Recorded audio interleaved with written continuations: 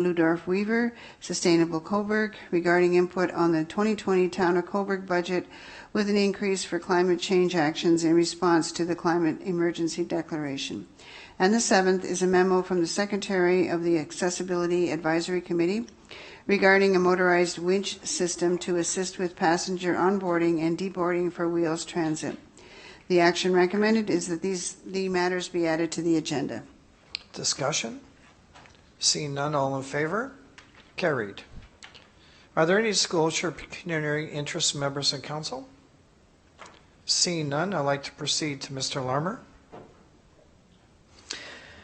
Next, Your Worship, members of council, we have presentations, and first we have Marianne Love of ML Consulting regarding the pay equity compensation review update for management and non-management positions for the Town of Cobourg. Marianne, welcome, and we look forward to your presentation. Thank you, Your Worship. I'll just wait till it gets on screen. There we go. Okay. Thank you. So I'm pleased to be before Council this evening to present the final results of the 2019 compensation update for the, can you hear me now? Okay, for the management non-union group. This is in the form of a summary report that I'll be using as presentation. By way of background, the Town of Cobourg completed a comprehensive review of positions within the employee group almost 15 years ago now, using a job evaluation system, and they conducted a market survey. That review produced a revised compensation philosophy and an updated salary grid and a deemed approved pay equity plan. Elements of pay equity have been reviewed since, most recently in 2010 with the assistance of a review officer. Now, bring ourselves forward, there was an external market review conducted in 2017, so about 2 years ago, and it showed some positions were quite low to the competitive pay market. The results of that review were not adopted. The town is challenged in terms of attracting and retaining top talent in some positions. There have also been changes in organization design and job content. Those have been captured periodically using the job evaluation system. The salary grid has been adjusted annually, having regard to market conditions, negotiated increases, and ability to pay. I was retained in 2019 to ensure that the compensation practices at the Town of Cobourg with respect to these positions continue to meet legislative standards and best practices in the sector relating to pay equity and competitive pay, and specifically to assess the competitive pay market and the town's current pay policy, and take a look at internal equity as well, assessing compliance, all with a view to developing a revised salary grid that would be implemented this year. In terms of an overview, I reviewed updated job information. I evaluated the positions using the current job evaluation system. The current banding framework, so that what I mean by banding framework is just the framework that supports the salary grid. It was tested to ensure that the grid could support current organization design and future growth. A pay equity analysis was completed using 2019 job rates, as that's when I was doing the work, and of course the updated job evaluation results. I took a look at the market work that was done in 2017. I updated the results of that work to 2019, and I also took a look at the external market through a custom market survey as well, looking at 11 municipal comparator organizations. I developed proposed job rates for 2019. I tested those for pay equity compliance, and then developed a 2020 salary grid for implementation costing and implementation in 2020. So just as an aside, all of these project elements that I've talked about are similar to the elements that I would be bringing forward in a compensation review for other municipalities across the province, and I've done many. So really nothing new here in terms of the approach, but of course every municipality stands on its own in terms of its own results. In terms of the overall results, my recommendation is that the 50th percentile pay target of the comparator group is representative and reasonable, having regard to the scope and size and composition of the comparator group in relation to the Town of Cobourg. On aggregate, Cobourg is paying below that 50th percentile target. However, there's greater deviation in some positions. Some positions are more competitive than others, and others are further off the mark.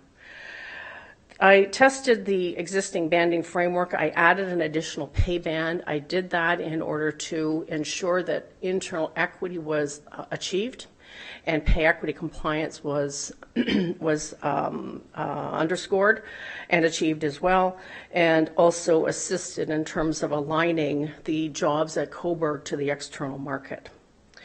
The revised compensation framework addresses three elements.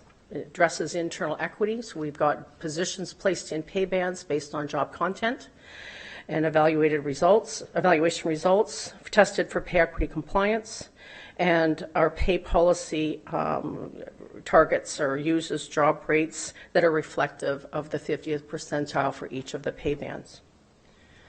This slide sets out the four key principles that are important for any municipality in the province as it establishes its pay philosophy and compensation programs.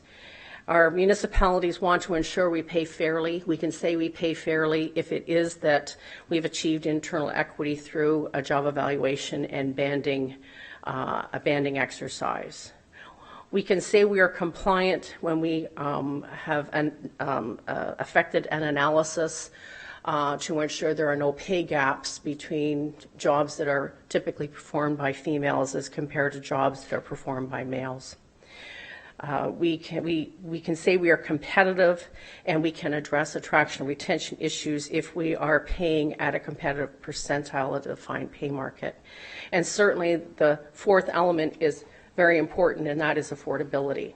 So we want to be able to put all of those three pieces together in an affordable fashion, and this is taken into account by council as they move forward into their budget deliberations. So it's timely that we're speaking of this evening.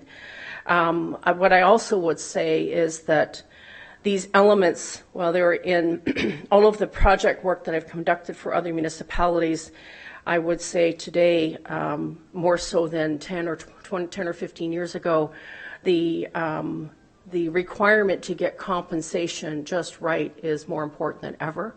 We don't want to pay too much, and we don't want to pay too little. The price of paying too little is that we lose top talent, and we have resourcing costs that we experience in the municipality in terms of the loss of talent, the gaps, and then trying to bring in replacements. In terms of, I'll just drill down on a few elements here. In terms of internal equity, the job evaluation here at the town has been maintained using the same job evaluation system. It's a weighted point factor system. It works very well in municipalities, specifically given the diverse jobs that we have here in Cobourg and in other municipalities as well. It measures skill, effort, responsibility, and working conditions. All of the full-time positions were evaluated using this system and placed in a uniform banding methodology that supports the pay equity plan. Bands are differentiated using a consistent and increasing 10-point spread. An additional pay band, as I referenced earlier, was added to allow for better differentiation in job value, band placement, internal equity, and alignment with market. There were 12 positions that increased in band placement, having regard to changes in job content and to better reflect internal equity. And again, this would not be a big surprise since the last comprehensive review was effected about 15 years ago. In terms of the legal obligations under the Pay Equity Act, pay equity is achieved with the production of a deemed approved pay equity plan, and when it can be demonstrated that all female job classes have the same job rate as the male comparator job class within the same band. This legislation has been alive and regularly enforced since 1990 in the province.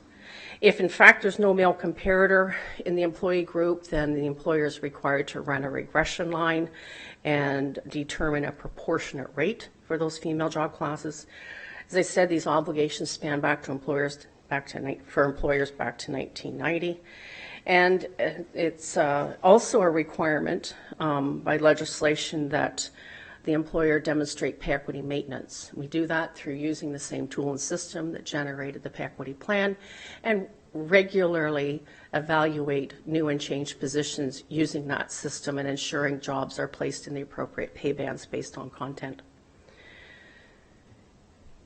With regards to the pay equity assessment that was performed for the Town of Cobourg, I used 1990 job rates, and I used the updated job evaluation results. There are 19 female job classes. I found male comparators in the bands, in 5 bands, holding 9 of those positions. I was able to source a male comparator from the union for female job classes in band 3, and of course, where I wasn't able to find a comparator, I derived a proportionate rate, and that was used for female jobs in band 6. The analysis shows there's no adjustments that are required. Okay, I'm recommending that pay equity be tested each year to ensure no pay gaps present. In terms of the market work, the Creclo 2017 market survey data was aged to 2019 for comparison purposes, as that's when I was doing the field work. I also conducted a custom market survey using 11 municipal comparator organizations. The comparator selection criteria typical is that this would be typical criteria that I've used for other municipalities. We have regard to other comparators we've used in the past. We take a look at measures of size. There's lots of indicators of size. Population is one, operating budget. Also want to take a look at comparators with similar geographic placement, because that is reflective of local economies and recruitment. Also scope of service, so predominantly looking at local area municipalities, as that's what the Town of Cobourg is. With regards to the comparator group, you can see them listed on this slide. All right, there's a couple of indicators with regards to the municipalities selected. You can see that the slide shows the county district that the municipality is situated in, and also a measure of size, which is population. Now, those population statistics are already out of date. They've been taken from 2016 Stats Canada, but they're all relative. So you can get a relative sense of the size. The County of Northumberland was used as a comparator for select positions, but because of the differences in scope of service, was not found to be fully on all fours able to be used. And likewise, Clarington, the data was collected, but only as a point of reference. The Clarington was, again, from a size determinant, a very large municipality. So we did not use that. So therefore, those results did not skew or impact, those matches did not impact the results. In terms of market competitiveness in terms of how I came about establishing where we sat in terms of our benchmarks, I matched the positions at the town to similar positions in comparator organizations having regard to your job title, job information, organizational charts, and certainly looking at the 2019 job rates. Market statistics were calculated for positions in order to determine how our positions at the town fare to the median or the 50th percentile values. And when I make reference to percentile, I think probably the easiest way to explain that is if, for example, if I had 10 matches for a position in Cobourg, and I was able to rank those matches from highest match to lowest match, the 50th percentile would be that midpoint. So 50% of the observations are below that target, or that number that's been identified. The 50th percentile, just as an aside, is something quite commonly used as a starting point. And in many organizations, particularly municipalities, we often hear we don't want to lead, we don't want to lag. So the derivative of that is being right around the midpoint or the median or the 50th percentile, all coming up with that same number. The market data from both surveys was reviewed and provided sufficient data to support a percentile analysis. for each of the pay bands. The analysis indicates that basically on the whole, Cobourg is less competitive to the defined pay market, but not in, some jobs are, as I said earlier, a little more competitive than others. Generally speaking, if we're looking at an aggregate comparison, we're about 5% below the comparative market. Doesn't mean that we add 5% to every position. It just means we're a little low, and then the task is to determine what the pay band, what adjustments we would be applying to the pay bands to bring each of the pay bands more in line with the marketplace. So the updated job evaluation results in the band placement, as I mentioned earlier, allow us to differentiate positions. An important point, and it also provides us with the framework that we use to prepare the revised salary grids. I prepared a job rate, and job rate is maximum rate. So I prepared a maximum rate for each pay band that approaches the 50th percentile using an averaging approach of those values for each band. So there's one maximum rate for each pay band, and there are steps for each position to get there. The job rates in the salary grid framework will provide internal equity. So what we can say is that we're paying internally fair and equitable when we have positions in a band, and one common job rate, one maximum rate for all positions to employees in those positions to eventually get to. The employees in positions in bands 5 and below will have an annual salary that's based on a common hourly job rate that's dictated by the hours of work, and that also is a good measure of internal equity. So we have some positions at the Town of Cobourg, as many municipalities do, where our hours of work for those positions differ based on service requirements. So it's not uncommon to see some of the public works positions that are front face with our workers to be working a 40-hour work week, and then we have other positions that are working a 35-hour work week. So true equity in the workplace is to ensure that the annual salaries are reflective of the hours worked by the employees in those positions. The 2019 salary grid was prepared that includes a 5-step progression. The step 5 is job rate. There's a 4% differential between each step. And again, as an aside, it's a very common practice within municipalities to use step grids. There can be other grid models out there, and there are other grid models out there with a minimum and a maximum. They're a little more difficult to administer. A step progression provides transparency and an understanding of the opportunity for step movement if there's successful performance. So it couldn't stop there because we had done work in 2019, but now we are in 2020, as His Worship has referenced, and so we had to adjust that work, that grid, by an amount to bring it forward into 2020 for implementation purposes. The 2019 salary grid has been adjusted by 1.5% to make that position, or make that grid current for this year. That is, in my view, it's a reasonable adjustment on the conservative side based on the published CPI numbers that came out in the fall of last year. Published numbers, I think they were published in November of last year. The cost of living was more closer to 2.29. So it is a conservative increase, but I think it's a measured response in terms of an implementation strategy to basically, with a lack of a technical reference here, just to land a competitive grid. And I think it's also a measure of we haven't moved forward with the new grid structure for 15 years.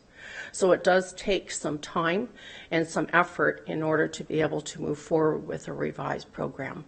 So I think that the 1.5%, as I said, is reasonable. It's conservative. Staff have prepared an implementation costing, and I know that's in HR's report. That's also been part of the agenda package for Council's consideration. In terms of future considerations, my recommendation is that the town continue to maintain internal equity and pay equity compliance by evaluating new and changed positions periodically and adjusting the salary grid annually, having regard to a number of considerations, which would include average projected adjustments provided by the comparator group that we've used. so we can kind of get a sense of what's going on within that group. Certainly negotiated increases are important, published survey projections, and very importantly, the ability to pay. Pay equity should also be tested for all regular and recurring part-time positions, so that's some work to be done.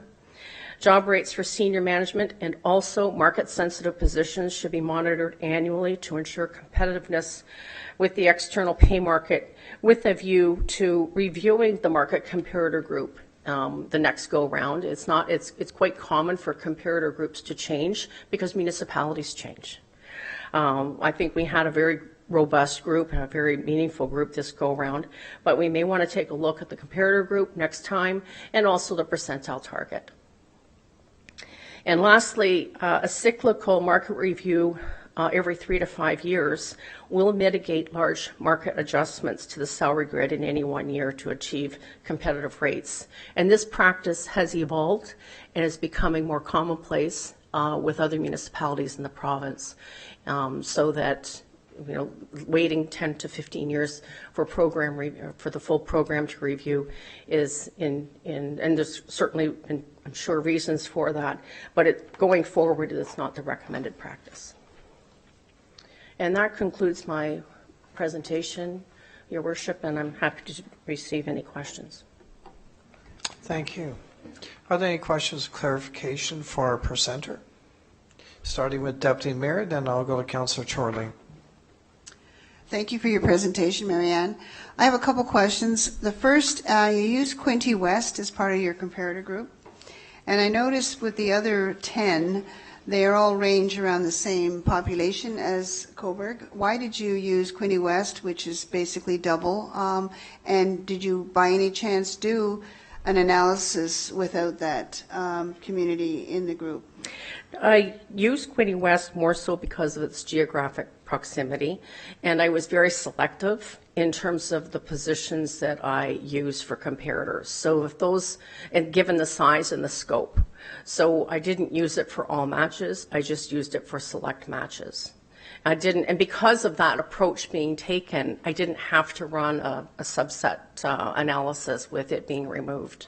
If I had have used all matches, I would have done that, but I came in conservative. A second question, you mentioned that the pay equity legislation goes way back to 1990. In your experience in your consulting business, do you foresee that with all the new, I guess, job descriptions that are out there, both for men and women, do you see this being updated anytime soon for the province of Ontario? Well, I don't have a crystal ball, but I am, as you say, deep in it into this work, and my short answer is no. I don't see it, particularly given the spotlight that is put on wage gap. So the wage gap, and it's not just through this piece of legislation, a number of other factors, but the wage gap is reportedly not closed. So I think politically it would be a hard sell for this position, for this piece of legislation to be amended considerably. Councillor Chorley. Thank you, Marianne, for your analysis. Regarding your pay equity analysis, where you used the job rates from 2019, and you found ultimately that no adjustments were needed, does that mean that the recommended changes to the salary classes and the job rates are driven by the other factors like internal equity and market competitiveness? Well, it's driven by all pieces. If in fact let me just sort of back up if I can perhaps take a stab at the question this way.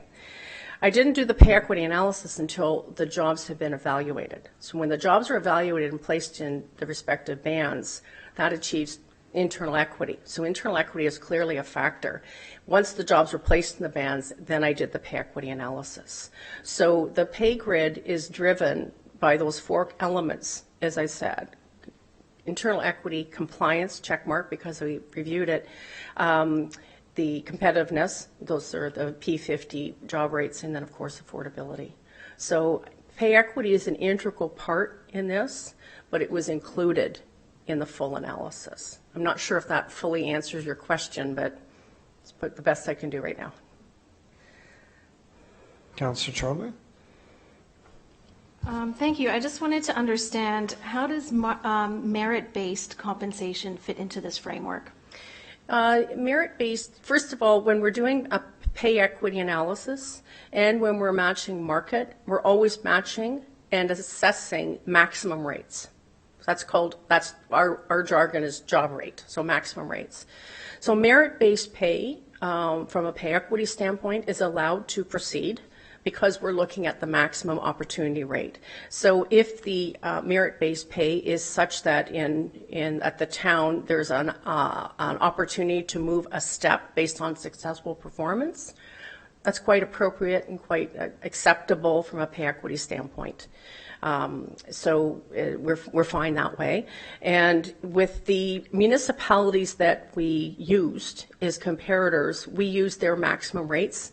The most of them, if not all of them, are also using step programs as well for their salary grids. Very few have min-max, like just wide range. So it's, as I said, quite commonplace, and the most of them that I've come across, both within the comparator group and just my work generally in a province, in requiring successful performance to move a step is commonplace. The other merit-based pay beyond that, so for example, if an employee reaches job rate, some municipalities are introducing programs for an opportunity for re-earnable bonus as part of merit-based pay. Not all. But some municipalities are entering into that. And again, from a legislative standpoint, that's appropriate, as long as the program is robust and administered appropriately. Other questions of members of council? Councillor Charlie? You mentioned the gender pay gap, and I just wanted a little bit of clarification. So your analysis didn't undertake a look at the gender pay gap in the town of Cobourg. No. And do you have any, are there any methods for assessing that or tackling that? Well, the first one is the one that, I utilized here was the methodology for pay equity compliance, because it's an obligation that the employer has that obligation to ensure that pay equity is achieved and maintained. Beyond that, when I talk about gender pay gap, there are other measures to that that are probably more societal as opposed to employer-based. So I did not go any further than just the legislative requirement and making sure I followed the regimen of the Act. Other questions, members of council? Seeing none, thank you very much for your presentation. Mr. Larmer? Next, Your Worship, we have a second presentation. A presentation from Maria Gomez, Physician Recruitment Coordinator for the West Northumberland Physician Recruitment Committee regarding its role, accomplishments, challenges, and four-year budget projection. And I most assuredly am not Maria Gomez. Thank you. And we want to share with you what's currently happening in physician recruitment and what we see upcoming in the next year, and to make our formal request for funding for the upcoming year. I first want to start with a few thank yous. And the first is someone who's not here tonight, but probably familiar to most of you, is our now retired recruiting consultant, Tracy West, who after more than a decade in the role has retired. And that's why Maria's joined us, and I'll tell you a little bit about Maria in a moment. I want to recognize Barry Vale, who is the community rep for Cobourg and has done a wonderful job. Suzanne Sagan, who's your municipal rep. And I'd also want to thank Your Honor and Brett Larmer and Stephen Peacock for their help in governance issues that we've been developing. That said, there's lots going on in physician recruitment. This is the busiest time we've ever found. This committee, to give you a brief history, is a combination of 5 municipalities working together. And has a very strong success at very low cost, producing results greater than neighborhood communities. As Maria, who's much more familiar with the details and the machinations, can share with you. With that said, I do want to introduce Maria, who's new to you. And before I should mention who I am, and I'm Gerald Blackstock, and I'm the committee chair and the community rep for Port Hope. But Maria, we were very fortunate when Tracy announced she was retired. We all took a step back and were very concerned because there's obviously a lot of institutional experience that Tracy brought forward. We're very fortunate to find someone who has a background, a strong background in physician recruiting, and is able to support us greatly. You're going to find, I think her presentation is very powerful, and what she brings to the table is especially good for us is one, having the background in recruitment, but also in social and electronic media, which is a growing point of leverage for us. That said, I'd like to pass over to Maria. Good evening, and thank you for having me today. Happy New Year to many of you who haven't got a chance to meet this year. So bringing into 2020, I just want to say thank you all for your contribution to these efforts. Without that, this would be a very difficult task for us to complete. As my colleague mentioned here, we are a group of established municipalities working to ensure the successfully meet the primary healthcare needs of our residents. With that being said, it is 100% funded by the 5 municipalities, which is Port Hope, Cobourg, Alnwick, Haldimand, Hamilton, and of course Cobourg as well. Our role here is, as mentioned before, to successfully meet the primary healthcare needs of our residents and to recruit family physicians, as well as lead the effort to retain family physicians and create the succession plans to ensure we plan for the retiring physicians. So I'd also like to make an amendment to the letter I sent October 2nd, 2019. We do have 2 additional recruits for our Port Hope area. They will be replacing a physician, only one, Dr. White and Dr. Cornish. They do have a very high retention rate, and why they do have that retention rate is because they have family members in the Port Hope area, so we can assure that these people will be with us for a significant period of time. Now, with these 2 new recruits, they are going to cover 3,200 patients, which is the replacement of 1 single physician, which will be announced later this year. So we're ensuring that continuity of care, but it is a split practice, so both physicians will split the 3,200 patients between them. So key accomplishments in 2019, we had built a succession plan for retiring physicians. When I was hired in the summer of this year, I did go around to the different municipality groups, met with all the physicians to understand a little bit about their needs, some of the unique traits and qualities that we'll be looking for in the years to come, as well as when they expect to retire. We've conducted 8 community tours plus 1 today for prospective physicians to our community. We assisted in providing medical experiences for our medical residents and students to our community, which is very crucial because most residents, 80% of them, will practice where they train. We also had a board and governance review earlier on just to review the way that we strategize, and we have now moved from a committee to a board. The other key accomplishments that I implemented are uploading our social media. As I mentioned before, our marketing presence is vital. We do have our new brand that we are now utilizing that sort of embodies our municipalities, our community, what represents our healthcare system here. We have built a larger pipeline by attending several conferences. These conferences, on average, recruited about 30-odd prospects potential for our community. We've attended 4 so far. We also strengthened our brand and awareness in the community because, like I said before, we didn't have social media presence. Most residents are now utilizing their mobile devices and other social media platforms. So we are bringing that awareness. I encourage you guys to support that. So if you look for West Northumberland Physicians, you will find us on Facebook and LinkedIn currently. Moving forward with our recruitment efforts, this was a SWOT analysis I developed earlier in the year. So with our strengths and our opportunities and our weaknesses, I'd like to bring forward the threats that I currently identified. And one of the biggest threats we have to us right now is our patient load versus our non-rostered patients. As you know, many patients don't have a physician in our community. The numbers that we are tracking aren't very valid. They're not very accurate. And one of the staggering points because of that is they don't want to give up their physician. By not giving up their physician, they're not registering to Healthcare Connect, and as a result of that, we have a staggering number of unidentified patients who are not rostered to physicians. The other volume of retiring physicians for 2020 and 2021 are staggeringly high. We usually budget for 2 physicians per year, but as I go through the presentation, I'll explain a little bit more about that. Now, there are some opportunities I also wanted to point to you as well, and partnerships with local vendors is crucial for our marketing and our awareness component.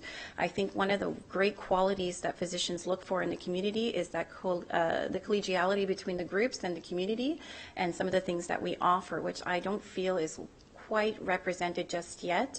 And I think if we can work together a little bit more to present those marketing pieces and elements, I think we will strive to do a better job than our surrounding community. In Central East Ontario, for example, we have a number of different recruiters and activities that are happening, and I think that we can do a better job in that collegiality with our partnering vendors and show them what we're really about.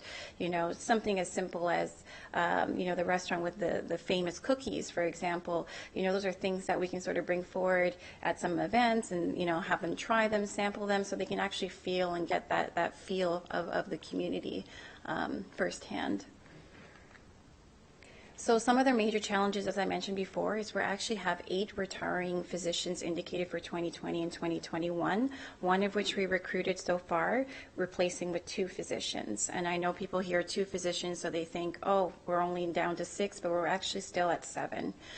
With that being said, of the 7, 6 of them are for 2020. So we are having a much larger caseload than we ordinarily deal with. On average, we try to anticipate for 2 per year, but we're now looking at 6, which is 3 times the volume. It's 4 times the volume if you want to include 2021, because it sort of interlaps with each other. More than 30% of our family doctors are over the age of 60. Now, comparatively speaking to Canada, the national average of the physician workforce is about 39%. So we're fairly on par with that, and we can expect, you know, those numbers to increase as some of the physicians that have come forward, you know, are as young in their 50s even, and we still have a larger demographic that's above 60. So with that in mind, you know, we always have to sort of be mindful that these numbers can change and they could grow potentially. I don't anticipate long-term issues, but it is certainly that bubble that every community is going to be challenged with. And with that, we have those competitors in our communities that we'll have to, you know, sort of compete with. Right now, our RIO score, which is our rural index indicator, is quite low. So we don't qualify for the financial or federal budgets that are provided or incentives for our physicians, with exception of CRAMI.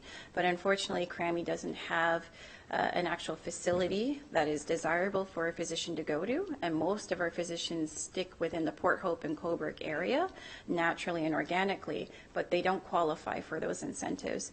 To give you an example, we have Peterborough, which qualifies for an $80,000 grant, and then we have Quinte West and the other communities which qualify for a $100,000 incentive over a 4-year period. So with those type of incentives that we're competing with, we can see that the volume of people we recruit is probably going to be a little more challenged compared to other communities. With that being said, I don't encourage us to throw money at physicians, because naturally what happens is they'll come, they'll stay, they'll do the return of service, and then they'll leave. So while those people may do those proactive ways of recruiting physicians and may gain some physicians, I don't strongly encourage it, but I will let you know that that will impact our recruitment efforts in terms of the timeline for what we need to accomplish. Other challenges are the growing age population, as you know, not only just our workforce, but also the patients in which we service. Those added complexities mean that most residents aren't comfortable to take, for example, a 3,200 patient caseload. It's way too hard for them to manage early on in their career, and to attract an older physician would require substantial effort to make them want to relocate, move a practice, upship and move. It's a lot of work, and a lot of people don't like to move. I certainly don't like to move, and they don't either. So with that in mind, you know, the average patient caseload for physicians is between 800 and 1,200. So when we have these larger patient caseloads that our physicians are currently holding, you know, on average, they're between 2,400 and 3,200 patients. That's substantially large. So these large practices require 2-to-1 ratio when it comes to recruitment. So while I said that we have 7 retiring physicians, of those physicians, 5 of them are over 2,400 patients. So with that, potentially, we may have to recruit even more than that. Whether or not we'll have to do that is uncertain. We could use some of the nurse practitioners to help stabilize some of those numbers. But given that point, we may see some trouble with that as well when it comes to our recruitment efforts. So other challenges is the cost of living, and I know that, relatively compared to Toronto, we are substantially lower, but when you take into consideration of the distance and the proximity to Toronto and the other incentives that are provided in other communities, our cost of living is a little bit on the higher side in terms of buying and purchasing a home. Naturally, that can be sort of a challenge for physicians to want to relocate here when they have Quinte West, for example, that, their housing may be on par with us, but they also have a $100 incentive, or $100,000 incentive, my apologies. Full-time recruitment is available in Peterborough and the other Kawartha regions, so in Lindsay, Peterborough, Quinte West, and our neighboring area within the Central East are all full-time positions, and we're only producing half of the effort by doing a part-time effort. And so we may want to reconsider that being a full-time effort just during the scope of the urgency where we have these large volumes of physicians retiring. And as I mentioned before, their budget is quite substantially higher on average, about $75,000 more than what we provide for our recruitment budget. And that pretty much concludes where I'm going with this budget, but I will say that we're not going to ask for funding right now because we do have a bit of a cushion, but I would like to prepare the idea for next year that we may need to ask for additional funding. We're substantially low. We're at $1 per person, so it's relatively low when it comes to the cost, but it is something to consider in the future. Any questions? Yeah, first hand up, Councillor Barone. Thank you for your presentation. You're welcome. What is the ideal ratio for the population that we have, around 19,000? How many doctors do we have, and what's the ideal number? Oh, the ratio between our population right now. I don't have that number on hand at this moment, but I know that the number of physicians that want to retire in this community, we have at least 3 or 4 that have identified that I want to retire. And those are the ones that do have a 2,400 patient caseload. So they're substantially high. Thank you. Other questions, clarification? Councillor Darling? You mentioned nurse practitioners. Do you have a number on how many there are in our area that are working here at this time? I don't have that number, but I can get that from the family health team. Great. I know that they do provide a nurse practitioner run clinic over the weekends, but those are for patients who are rostered to a physician. So nurse practitioners, although they can work independently, they do work with the physician and under the guidance through their license. Right. So the physician is liable for their services. So that's why they only use them for patients that are rostered to them. So they have a very clear, streamlined, indication of what their history looks like. Yep, that makes sense. Thank you. Mm-hmm. I'll go to Councillor Beattie and then back to Councillor Barone. Thank you, Your Worship. Just a quick question. Any current impact or as part of your SWOT foreseeable implications that this could have on wait lists for access to a family physician? Yeah, absolutely. Good question.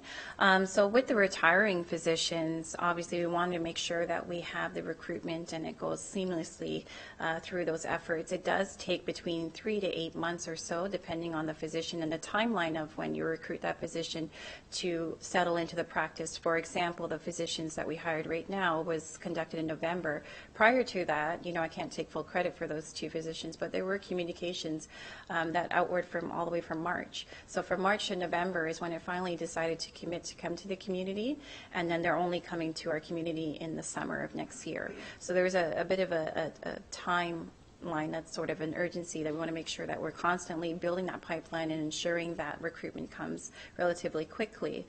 With that being said, we're only talking about replacing physicians. We still haven't even got to the consideration of adding additional members to the community, which is another integral point that we need to start looking at. So with that in mind, again, where the pressure lies is the fact that we are the only entity that's part-time with these type of volumes. So we do need to really reconsider and sort of clean up our overview of what our budget looks like and how we're going to actively pursue this on a more committed full-time basis. I'm going to add one comment to that. As an analytical person, the data is a little scarce. One, we're limited by Healthcare Connect is not a good indicator of what demand is. Secondly, there is obviously a demographic relationship between medical needs and so that isn't, pure population isn't always the best measure. So we have an older population in Northumberland, so probably our medical needs would be a higher ratio per population than you'd see in neighboring regions. Councillor Burrow? Yes. Do you know how many doctors we recruited in 2017 and 18? Yes, I believe we recruited 2 physicians. I don't have those names on hand because I wasn't here, but I can bring those names forward. I think it was Dr. Triss was one, and I'm drawing a blank on the other one. But I did look through the notes in the past, and I did do a presentation of the timeline of all the physicians recruited over the 10-year span. There was only 1 year that we didn't have any recruitment activity at all. But like I said, it's the timeline of when you have that communication to when they finally commit to actually relocating to the community. Our biggest time for recruitment is in May. And why May is because that's when they're about to graduate, and come June, they already have a general idea where they want to go. So our efforts between now until May is going to be the highest that we need to achieve in order for us to gain a strong pipeline. And if I may, in defense, being a past member of the Physician Recruitment Committee, I won't have all the facts perhaps 100% accurate in my head because I don't have the information before me, but being on the committee, we're based right now with the 5 municipalities based on population. As you can guess, we're the largest because we're the largest urban center. So when you consider right now we're at 19,440 is our most accurate population figure to date. Yet our contribution from the budget is 17,100. So if you do quick math, here's my answer, folks. You're not even paying $1 per person within Cobourg to help us with physician recruitment, which we all desperately need. So when you do simple math, I can tell you from having spent 4 years on that committee, it's one of the best deal committees going, working on behalf of not only Cobourg, but of course our partners in similar municipalities, because they can also take residents from Cobourg to their different practices. So again, I hope you, council, and others will support the physician recruitment, because I can tell you we did a comparable against other places that were giving $100,000 plus for retainment.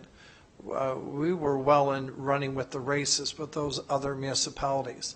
I can also tell you that there is a fund, and I believe unless the board has changed it, we give up to, I believe, $10,000 to help with the relocation costs so they can settle, hopefully in Cobourg, but they also may choose Cobourg or Port Hope or Hamilton, but that's to allow them to become settled and part of our community. So when you think of a $10,000 maximum incentive, to Hamilton, I think last year offered $100,000, and in one case I know they threw in a car. We're doing a great job. So my accolades to the committee, and I'd very much like to thank our representation of Deputy Mayor, because I know what a worthy role it is. I look forward ahead of time through our Deputy Mayor what the budget increase might be or could be to meet our new demand. And I'd like to thank you again for presenting, because I know you're going to do this with all our partner municipalities. So thank you both very much. Thank you again for your time. Thank you. Mr. Larmer? Yes, Your Worship. Next, we have delegations. And the first delegation is, just give me 1 second, I apologize. Joan Greaves and Lou Trozollo, Cobourg Downtown Business Improvement Area DBIA board members regarding the proposed 2020 Cobourg Downtown Business Improvement Area budget. And again, welcome to you both. I know you're no strangers to these council chambers, and again, we look forward to your presentation. And Lou, congratulations. I heard a strong rumor that you won the most outstanding window for Rogers Hometown Hockey, so congratulations to you and your staff. Well, thank you, Your Worship, but it was all my staff. I had nothing to do with it. Good evening, Your Worship. Lou is going to do the budget presentation, and then we'll answer questions. Okay, sir. Okay. So, thank you for your time. This will be my second time at this little job, but anyway, what I did this year is I tried to give you a nice, neat comparison of what has happened in the past year and what my budget is for 2020. Going forward, just a little bit of a backdrop to this budget. The board kind of is trying to change their route on how we're going to present the downtown. We are generally going to do more events and have better entertainment so that it draws more people, more so than just having a plethora of events. So more entertainment usually means more money. But this year, the way that we said, we are going to try and gather more money from sponsorship and revenue that's going to be generated at these events. Time out. So going with that, we're asking for a modest increase of our 2020 budget to $185,000. And going further down, you can see where our sponsorship and our some of our vendor, like which would be the event charges, we will have a total revenue of $223,550. And as everybody has expenses, through like any other business, there's always staff. We do require a student to help our coordinator. The expenses are such that when you do pay wages, you do have these charges that you actually have to have. So the staff expenses will be somewhere around $65,000. As you can see, through 2018, we had $58,024. So we do have a full-time coordinator now, so that should really help us a lot. And through the administrative expenses, we do have more expenses as per the our accounting fees. They have gone up a little bit. The OBIA training and the chamber, we decided to increase that because we as board members are going to need a little more training because we do have quite a few new board members. Then it kind of goes through the general expenses. So if we get down to the actual events down through here, you can see where we're actually spending less money on radio and media, that sort of stuff. So we will be spending more money on this entertainment. But if in the overall expenses of bringing these events to Cobourg, we will be having an increase of about $12,000, which will be mainly in the entertainment area. The beautification is a portfolio that we tend to kind of struggle with at times, and now that we have a permanent beautification chair, we should bring all of these the expenses right into as we budget them.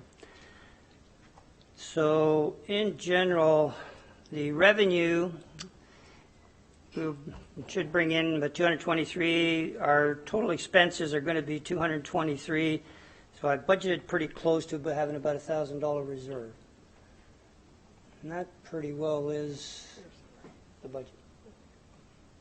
Okay, thank you. And Lou, I know what work you put into this, being again a previous member, and the work that you do put into the financial accountability for the DBIA. With that being said, are there questions of clarification?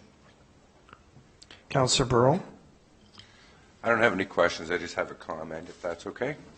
I just want to say great job in 2019 to the whole DBIA board. As everybody knows, I sit on that as well. I just want to say all of them are just volunteers and business owners that are very busy, and they still find time to come and do this and put on great events. So I just want to say thank you. Thank you. Thank you. Other questions, clarification? Deputy Mayor?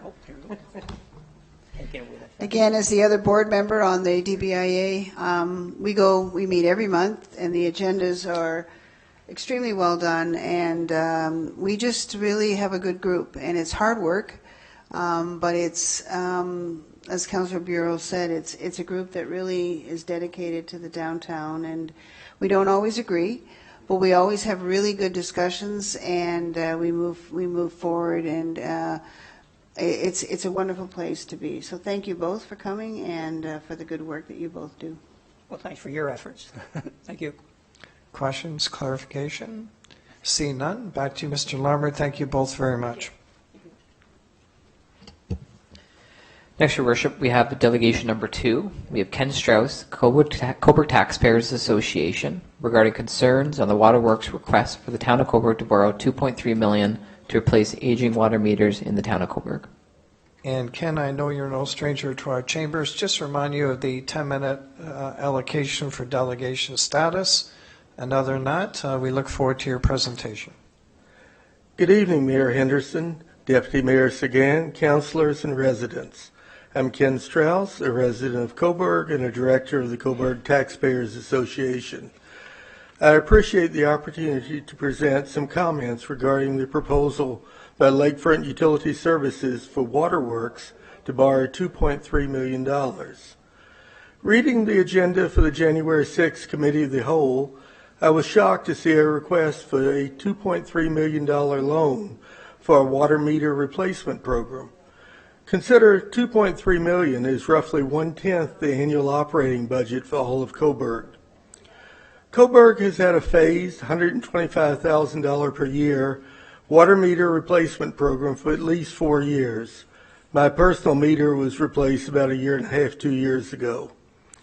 Lakefront's February 2019 report to Council indicated that the meter replacement program was proceeding as planned. There was no mention that additional funding might be required. 2 months before Lakefront's report to Council that meter replacement was proceeding on schedule, Lakefront's board passed a resolution to request $2.3 million for meter replacement. Cobourg's council was not told of problems with the meter replacement program until a year later. Why did an important project languish on someone's desk for a year? A cynical person might think that the delay was to spring the request when our councilors were happily celebrating the holidays with their families.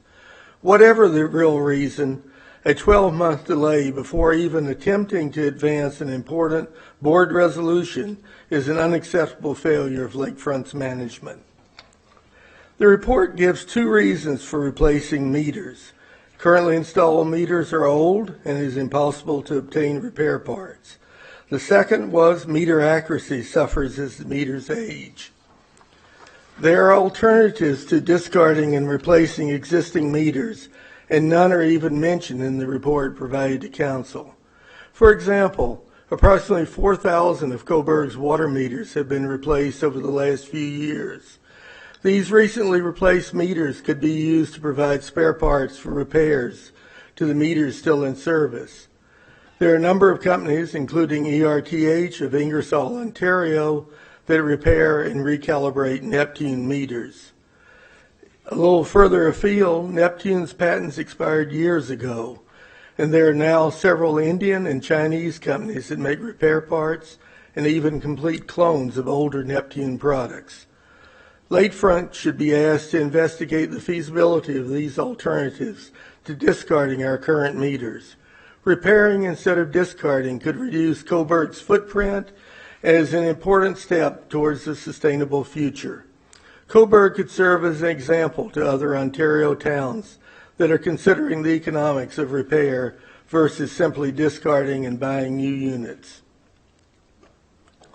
The higher water bills resulting from more accurate readings will have adverse consequences for many local businesses. According to Lakefront's reports, the bills for 53 commercial accounts will increase by an average of almost 18%, or $775 each. The bills for an additional 259 commercial accounts will increase by varying amounts up to around 13%. Lakefront's analysis shows that the billing errors have gradually increased over decades. Said differently, Lakefront has underbilled commercial customers by over $600,000 in the last decade. This inaccurate billing has raised the rates for residential water users and brings the Watson Report's analysis of necessary rate increases into question. Lakefront's management has failed to fulfill their duty to provide accurate billing for Cobourg's water users. Under Lakefront's proposal, Cobourg's businesses will pay over $114,000 more each year. This sudden increase in water bill will result in numerous billing disputes. The recent William Street beer billing error was the result of replacing a water meter without a procedure to verify the accuracy of the new meter. Lakefront's report does not mention how water meter accuracy will be verified after installation. There's no mention of how the inevitable disputes will be resolved. A detailed plan to address these issues is essential before meters are replaced. Lakefront's report notes that borrowing $2.3 million to complete the project in 2020 would qualify Cobourg for a discount of approximately $193,000. What is not mentioned is that borrowing the funds, as recommended, would incur unnecessary interest costs of over $800,000 over the term of the loan. The small discount would not be a savings, since qualifying for the discount would result in a net additional cost to Cobourg of over $600,000. To automate meter reading requires software hosting, software licenses, and gateway services, which are quoted as costing $52,000 each year. In addition to these annual software costs, Cobourg must implement Neptune's AMI fixed network at a cost of over $525,000. Lakefront paid their meter reading contractor, Olameter, a little over $60,000 in 2018. Eliminating manual meter reading would provide an annual savings of only $8,000. Spending more than $525,000 to get an annual savings of $8,000 would require over 60 years to just break even. This is clearly not a financially prudent choice and should be removed from any consideration. Age is the rationale for replacing our current meters, yet there's no mention of the expected lifetime of the replacement meters. The proposed new meters rely on complex electronics rather than easily repairable mechanical parts. Modern electronic devices, your computers, TVs, cell phones, typically have lives of only 5 to 10 years. Does Neptune guarantee the life of these new meters? Will repair parts be available after 40 plus years, which is the expectation of our current meters? There's no mention of either point in Lakefront's report. The loan amortization information in the report, which is a critical part of their financial analysis, is incorrect. The report claims that a $2.3 million loan with an annual interest rate of 4% can be repaid in 15 years by annual payments of approximately $191,000. An annual payment of about $204,000 is actually required to repay the loan in 15 years. Relying on an incorrect amortization schedule caused Lakefront to understate the project cost by about $200,000. The proposal does not mention why Neptune was selected as the supplier. Was there a tender? I don't remember hearing about it, but perhaps I missed it. How did Neptune's bid compare to that of Census Xylem or any other competitive suppliers? A proposal to spend over $2 million should include at least a cursory rationale regarding why the chosen vendor is the best choice. Cobourg's water rates have increased by 9% each year, and rates are expected to increase at a similar pace in the future. I urge Council to reject this proposal from Lakefront and request that a fiscally responsible alternative that addresses the issues raised in this delegation be provided. Due to delegation time limits, I have not mentioned several additional concerns with Lakefront's report. These are fully discussed in my agenda submission. Thank you for your attention. Are there any questions?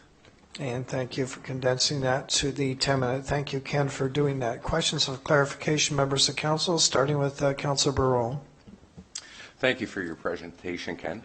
I was wondering, did you go to Lakefront Utilities and talk to Director Paul and ask about your numbers and any of this? I have had no contact with Lakefront. Thank you. Nor have I had any communication the other direction after adding it to the agenda, which has been out for almost a week. Okay, thank you. Questions, clarification, members of council? Seeing none, thank you, Ken, for your presentation. Thank you. Mr. Larmer? Next, Your Worship, we have delegation number 3, and we have Bruce Belair of the Blue Dot, Northumberland, regarding the development of a Green Development Standard, GDS, and an Integrated Community Sustainability Plan. And Bruce, I know you're no stranger to these chambers as well. And again, just a reminder of the 10-minute. Otherwise, we look forward to your presentation. Oh, good evening, Mayor Henderson, Deputy Mayor Seguin, and councillors. Thank you for this opportunity. My name is Bruce Belair. I'm a resident of Cobourg and a volunteer with the Blue Dot Movement. I'm here to speak to Cobourg's 2020 budget.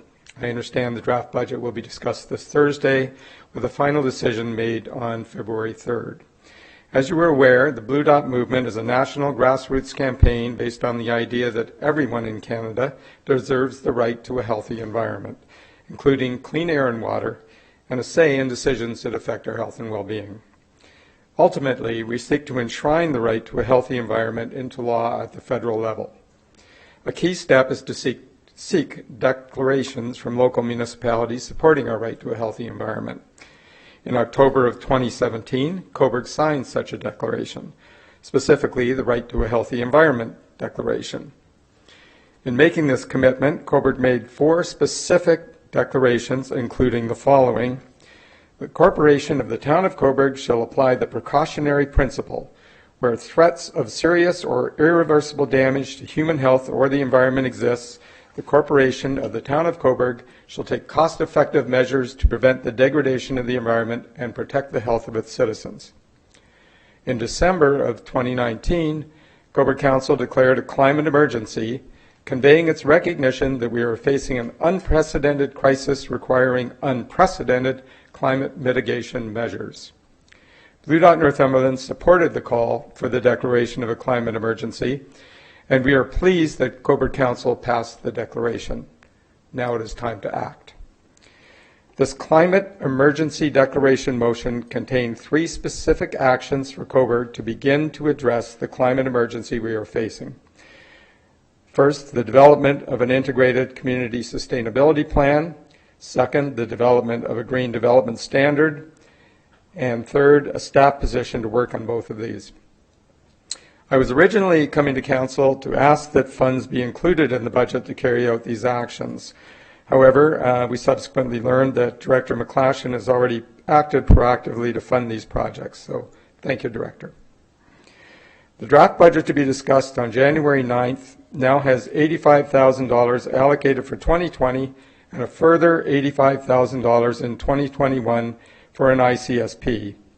We understand the reference to an ICSP includes the development of a green development standard, although they are 2 discrete documents that will likely require 2 different consulting firms given the different skill requirements. We note, however, the absence in the 2020 budget of a staff position to work on these, which concerns us since we have heard quite consistently that the Planning and Building Department is understaffed, and both of these projects will fall on their shoulders. We appreciate that on January 9th, discussion will take place on what will actually be funded in 2020 and what will not, including whether funds will be provided for the development of an ICSP, a green development standard, and a dedicated staff person. I am here on behalf of Blue Dot to urge Council to provide funds for all three actions identified in its climate emergency declaration motion, specifically sufficient funds for a green development standard, with every effort made to have it ready for implementation by the end of 2020, since it is critical that all new development in Cobourg be built in a sustainable manner. Second, an integrated community sustainability plan, which we appreciate given the nature of an ICSP, will take more than 1 year. And finally, a staff person to work on both of these, as they are both significant pieces of work. It is not enough to declare a climate emergency. All the actions of Cobourg Council and Cobourg staff must now reflect that we are in this emergency. Right now, people are suffering and dying due to global heating. The United Nations warns that 1 in 4 of the world's children will be living in areas with extremely limited water resources by 2040 as a result of climate change. Further, the UN's report says that 36 countries are facing extremely high levels of water stress. Warmer temperatures, rising sea levels, increased floods, droughts, and melting ice affect the quality and availability of water, as do sanitation systems. The global heating situation is dire in terms of human survival. And we all know, we can read the IPCC reports, we can see the kind of statistics that are being shown, but you only have to look at the news to see what's happening in Australia to know this is an emergency. It's happening now. I also came across an article in the last Sunday's Toronto Star about the Magdalen Islands, which are disappearing. It's happening right in the St. Lawrence. It's been observed that the warming in that area of the St. Lawrence is 2.3 degrees Celsius, more than twice the global average, and the cliffs are falling into the sea. Council should not be afraid to exceed its 1.9% budget increase target to address this emergency. And I'd just like to end with 2 quotes. The first is from Mary Robinson, former United Nations High Commissioner for Human Rights and a former President of Ireland, in response to the Supreme Court of Netherlands ruling ordering that government to cut the nation's greenhouse gas emissions by 25% from 1990 levels by the end of 2020. That's this year. Quote, "The new decision affirms that governments are under a legal obligation as well as a moral obligation to significantly increase their ambition on climate change. Our human rights depend on it," unquote. And Ms. Robinson sums up politicians' obligations nicely. But I'd like to give the last word to Greta Thunberg. This is from a speech she gave in Davos, Switzerland. Quote, "I don't want your hope. I want you to panic. I want you to feel the fear that I feel today. I want you to act. I want you to act as you would in a crisis. I want you to act as if the house is on fire, because it is." And please keep these comments in mind as you review the budget for 2020 and 2021. Thank you for your attention, and happy to take any questions. Questions, clarification, members of council? Bruce, thank you. Mr. Larmer? Next, Your Worship, we have delegation number 4, and we have Brian Lambert, a Cobourg resident, regarding concerns on the Waterworks request for the Town of Cobourg to borrow $2.3 million to replace aging water meters in the Town of Cobourg. Brian, again, I know you're no stranger to our chambers, so welcome. And again, I just remind you, as I've done the other delegates, of the 10-minute maximum. Thank you. Yes, thank you, Mr. Mayor. Good evening, Council, Mr. Mayor, Deputy Mayor Sagan. Mr. Strauss has already gone through a fairly thorough review of this proposal, and I want to approach it from a slightly different way. Let's see if we can get this to work. There we go. Okay, first of all, just a little bit of review. Who are the players? There's Lakefront Utility Services, Inc., Lucy. They are a contracted agent. to provide management and operations staff to the Town of Cobourg to run the town's municipal water supply system, Waterworks.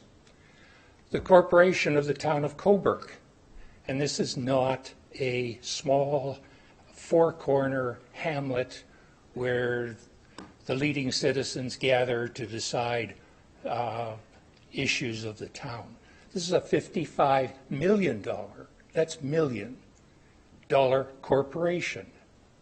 It needs proper professional management.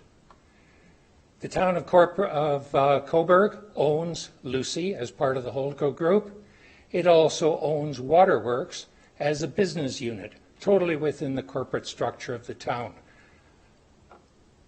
It owns all of Waterworks' assets, including the water meters. It also takes all of the revenue from Waterworks and it pays all of the expenses. What is Waterworks? It's a business unit, okay, within the town's corporate structure. It's very similar to Northam or the Marina or the Victoria Park campground. It is not a legal entity. It has no ability or capacity to purchase or to borrow.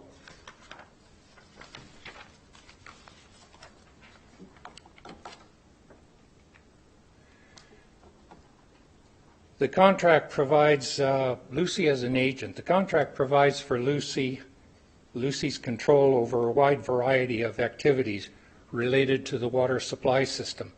These activities are listed in detail in Schedule B of the contract. The retail services are not included. Very specifically, they are not there. Okay, all of the activities are listed relate to the operation of the water filtration plants and the distribution network. The retail activities, these include customer consumption measurement, meaning a water meter, data collection, meter reading, billing, collections. The water meter is part of the customer utilization measurement system, not part of the delivery system. The delivery system ends at the point of demarcation, which is out at the sidewalk typically where the valve is. The water meters are typically located inside the customer's residence or place of business. I talked with, during the William Street beer fiasco, I talked with one of Louis' competitors called the Water Agency of Ontario. They do about 75% of the outsourced water system management in Ontario. They specifically do not do the retail services and activities. They leave those for the town's works department or the finance department or whatever, but they do not do it. And they said it's just not something that they do. Okay? They do 75% of the outsourced business. Lucy does what? Cobourg and one or two others maybe.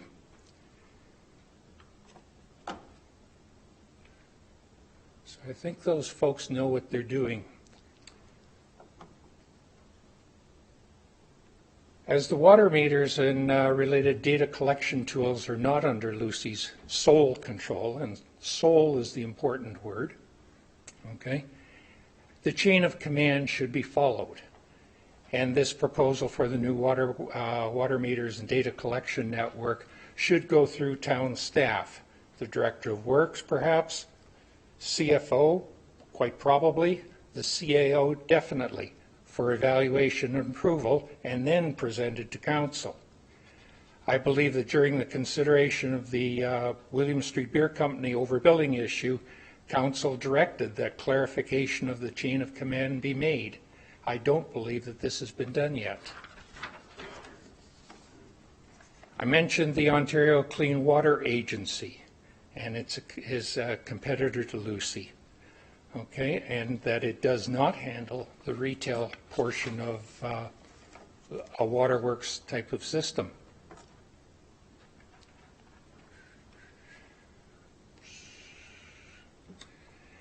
talk about, quote, the loan. The proposal asked the town to loan Waterworks $2.3 million. In other words, loan $2.3 million to itself. Okay, as I pointed out, Waterworks is not a legal entity. It is a business unit within the town structure. So the request is a little bit nonsensical. There is a rationale to it, though. Municipal water supply systems are provincially mandated to be self-sufficient. Therefore, the need for accountability and therefore the need for the appearance of a loan.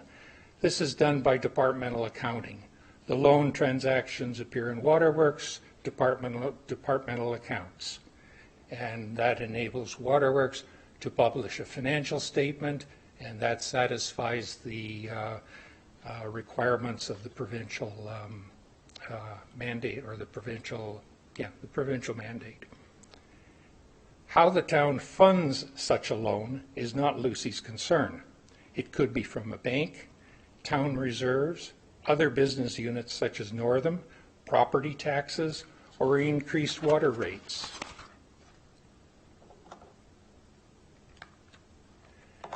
Mr. Strauss has outlined some of the flaws and errors in this proposal. There are more. The chart on page 4 showing the potential revenue gains per water meter doesn't state what the accuracy of the new meters is. From the context, it appears to be 100%. The new meter that was installed at William Street Beer Company, was tested at Lucy's direction, and found to be 98.5% accurate. This new meter was less than 5 months old when tested. This raises serious questions about the validity of the potential revenue gains as calculated by Neptune's sales rep. This one didn't turn out very well. This is the test report from the William Street Brewery Company meter, and it's very hard to see it, but on the right hand side, sort of down at the bottom before the writing, that reads 98.5%. Okay. What that does is it totally invalidates the first two items on the chart that is in Lucy's report. Okay, the first category, less than 5 years, estimates a meter accuracy of 99.9% and projects a revenue increase of, I think it's $35 per meter or something. How can you do that if a new meter is 98%, 98.5% accurate? So there are some problems there. Some of the questions that sort of come out of that are, has an analysis been done using data from Waterworks meters that have been recently purchased? Do the meters come with a statement of accuracy, something that can be tracked and compared to actual results? Why would you guess or rely on a sales rep's estimates when actual data is available? Waterworks has been replacing water meters over the last number of years, so they should have data about what the performance was prior to the replacement, what the performance is after replacement. Comparing those things should give you a much better picture of what the actual revenue recoveries might be.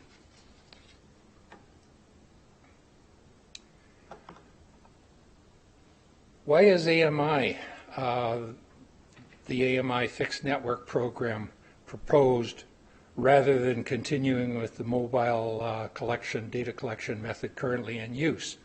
The rationale and analysis provided is unclear and makes, I believe, unsubstantiated assumptions. Key data is missing. Page 3 shows the ongoing costs for the AMI system, but does not include ongoing costs for the actual network. You'll recall the actual network was priced at about $500 million or $500,000. It has a cost to maintain it. Where is that cost? What is the per meter read cost for the AMI system? Okay. Also, I think as it's pointed out in there, this AMI system is a proprietary Neptune system, which means it's going to be expensive compared to others that might be on the market.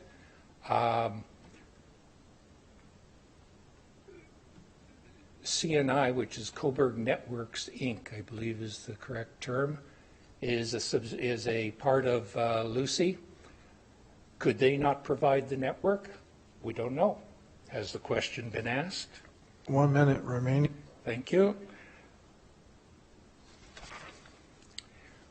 Why not a multi-vendor system? Why do all the water meters have to be supplied by Neptune? There are other municipalities that have multiple vendors, and their measurement systems, which are supplied by a variety of people, read a Neptune meter, read any other meter going. It's not that hard. Okay. Olimeter, in fact, which is the meter reading service that Cobourg currently uses, or that Waterworks currently uses, provides one of these systems. Were these looked into? In summary, the proposal is seriously flawed with errors, sloppy or missing analysis. In my opinion, this proposal reflects quality control issues in the preparation of it, and it is mentioned that Lucy's board reviewed it and approved it and forwarded and so on. It's not clear to me at all how Lucy's review provided any additional value. So, in summary, don't waste time with this, please, Council. Send it back to staff for a redo. Okay? My comments may appear harsh, but this is a pretty sad proposal, and I feel the harshness of comments is perhaps warranted. As a Cobourg taxpayer, I'm appalled at the cavalier manner that this proposal suggests spending my money. In fact, all of the money of all Cobourg taxpayers. Cobourg taxpayers deserve better, much better. Thank you for your attention. Questions of clarification, members of council? Seeing none, thank you, Brian, for your presentation. Mr. Larmer? Thank you. Next, Your Worship, we have delegation number 5. We have Richard Tyson, a Cobourg resident, regarding proposals for amendments to the 2020 Town of Cobourg budget with an increase for climate change actions in response to the climate emergency declaration. Again, Richard, I know you're no stranger to our chamber. I'm going to repeat myself once again. We're trying to keep everybody to that 10-minute limit. So again, we look forward to your presentation. Glenn's tall, so he knows. Thank you very much, Mayor Henderson and members of council, for the opportunity to discuss with you the proposed draft 2020 Cobourg budget. I sent a email to members of council and staff, and I'd like to sort of review that email with you. I expressed two particular concerns in the proposed draft budget, 2020 budget. First is the proposed $170,000 for 2 years I think is insufficient to fund the development of a master sustainability plan, as it's called in the draft budget, or otherwise known as an integrated community sustainability plan, or ICSP. The development of a green development standard this year, the cost of a full-time staff person for 2 years to help implement the ICSP and the green development standard, and other possible actions to address climate change. These three actions were proposed as steps to respond to the climate emergency declaration passed by Council on December 2nd. The second concern I expressed was the lack of funding to complete the Tannery District Secondary Plan. I think the second concern has been addressed by Director McGlashan He's indicated to me that there are pre-existing funds from previous budgets to complete the secondary plan in the first half of this year. So that's really good news. So I'm glad for that. I think there's an additional benefit to completing the Tannery District secondary plan in the near term. It would allow the town to proceed with the development of the 7 acres of land it owns in the Tannery District. And I would propose that some of this land be offered for development of affordable rental housing, which is another of the very pressing concerns in the community. So maybe we could focus now on the funding of the 3 actions to respond to Council's climate emergency declaration. I believe that an integrated community sustainability plan prepared over 2 years will cost approximately $150,000. I'm not an expert in this area, but I've done what research I could. I think that's a more realistic number.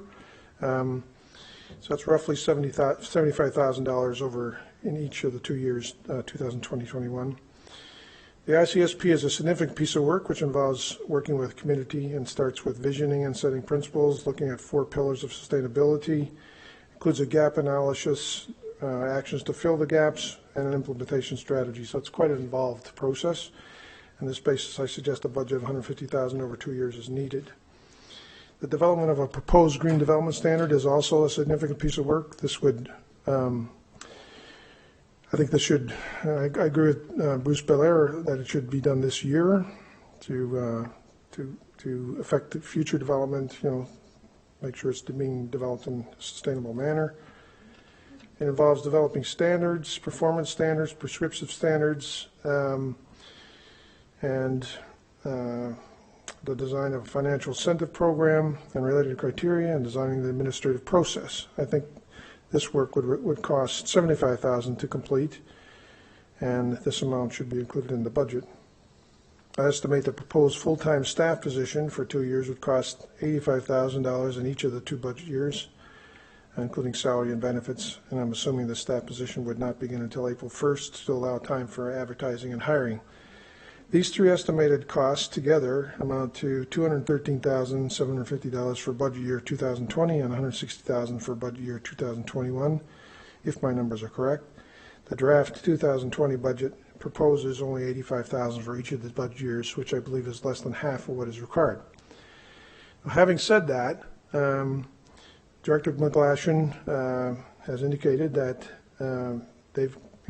he's contacted some relevant consultants who prepare ICSPs and green development standards to provide an estimate to the town for the completion of this work.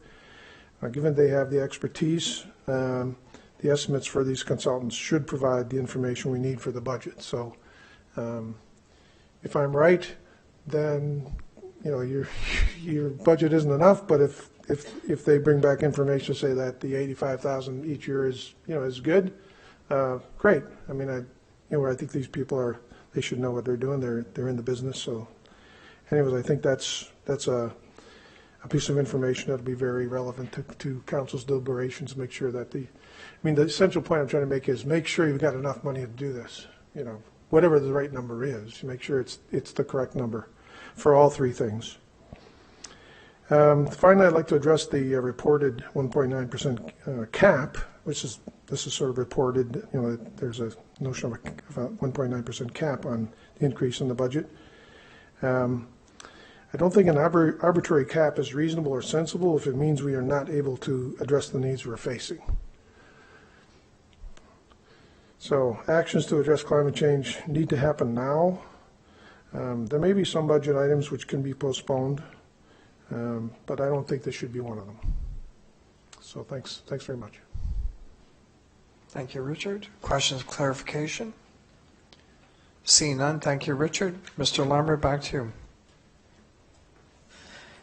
Next, Your Worship, we have delegation number 6. We have Gudrun Ludolf Weaver, Sustainable Cobourg, regarding input on the 2020 Town of Cobourg budget with an increase for climate change actions in response to the climate emergency declaration. Well, Gudrun, welcome. I know, again, you're no stranger. And again, I'll just do the last final 10-minute max, and thank you for staying within that. Thank you, Mayor and Deputy Mayor, councillors and staff. My name is Gudrun Ludolf Weaver. As most of you know, I am president of Sustainable Cobourg. You probably know me more as Gigi. which is perfect. I'm here today to speak to Cobourg's draft 2020 budget. For those of you who don't know, the purpose of Sustainable Cobourg is to promote sustainability within the town of Cobourg, which for Sustainable Cobourg means that the demands placed on the environment by people and commerce can be met without reducing the capacity of the environment to provide for future generations. Global heating is clearly demonstrating that we have placed demands on the environment that far exceed the capacity of the environment to provide for future generations. This is a huge problem. We need look no further than the devastating news of the horrendous fires in Australia. And we've been informed by the International Panel on Climate Change, the IPCC, that we have a very small window, specifically the next few years, to get global heating under control in order to prevent runaway climate change. In December 2019, Cobourg Council declared a climate emergency, conveying its recognition that we are facing an unprecedented crisis requiring unprecedented climate mitigation measures. We were pleased to see that 3 actions were also approved in declaring the climate emergency, namely the development of an integrated community sustainability plan, the development of a green development standard, and a staff position to work on both of these.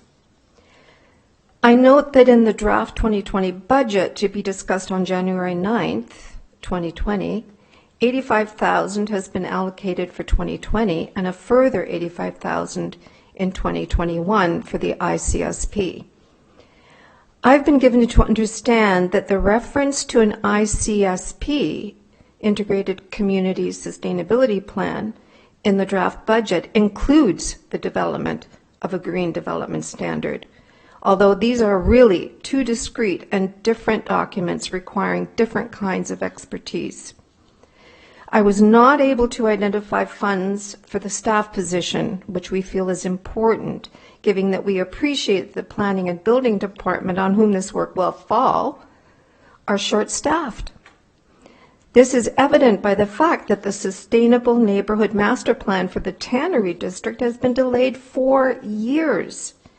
This is a brownfield site within the urban boundaries of Cobourg and should therefore be a priority for development by the town, considering the housing shortage, and that this plan would provide about 150 residences sustainably built and designed. I understand that on January 9th, 2020, Council will be discussing what costs remain in the budget and what costs will be removed, and that such decisions by Council will be influenced by Council being keen to keep the budget within a 1.9 increase to the tax levy. Now, under normal circumstances, this would be laudable, but these are not normal circumstances. I'm here on behalf of Sustainable Cobourg to urge Council to provide funding for all 3 actions identified in its climate emergency declaration motion, specifically sufficient funds for a green development design standard that should be completed within 2020, since it is critical that all new development in Cobourg be built in a sustainable manner, and I would be happy to provide more information on why it is critical at a future date. An integrated community sustainability plan, which about 3 years ago had already been undertaken by the Planning Department through the Sustainability and Planning Advisory Committee on which I sat. And finally, a staff position to work on both of these. In addition, we want to urge Council to ensure that the Tannery District Sustainable Master Plan will not be further delayed as a result of the Planning and Building Department projects being reprioritized to provide for the development of an ICSP and a Green Development Standard. It is not enough to declare a climate emergency. All actions of Cobourg Council and Cobourg staff must now reflect that we are in this emergency. There is no doubt. Council should be willing to consider exceeding its 1.9% budget increase target to address this climate emergency by funding all three actions outlined if necessary, and by ensuring that the tannery site sustainable plan is completed. You know this is my big ask, that I really want this thing to get done, by providing sufficient staff resources. These budget deliberations are an opportunity for Cobourg to increase the awareness of its citizens that a climate emergency requires unprecedented climate mitigation action in order for Cobourg to do its share in trying to stop runaway global warming with its dire consequences for human survival, that to spend money now will save taxpayers money in the future. It should be noted that Council declared the climate emergency after the 2020 budget was drafted. I think I'm right about that. An emergency situation clearly requires a response that has a significant and ongoing cost until it is resolved. It would be imprudent to declare an emergency that is not quickly followed by a response plan and the allocation of commensurate funding. Our citizens will understand that the new emergency funding will need to be in addition to the previously planned budget or sourced by reducing other planned spending. In ending, I'll quote from one of the councillors in Kingston, Ontario.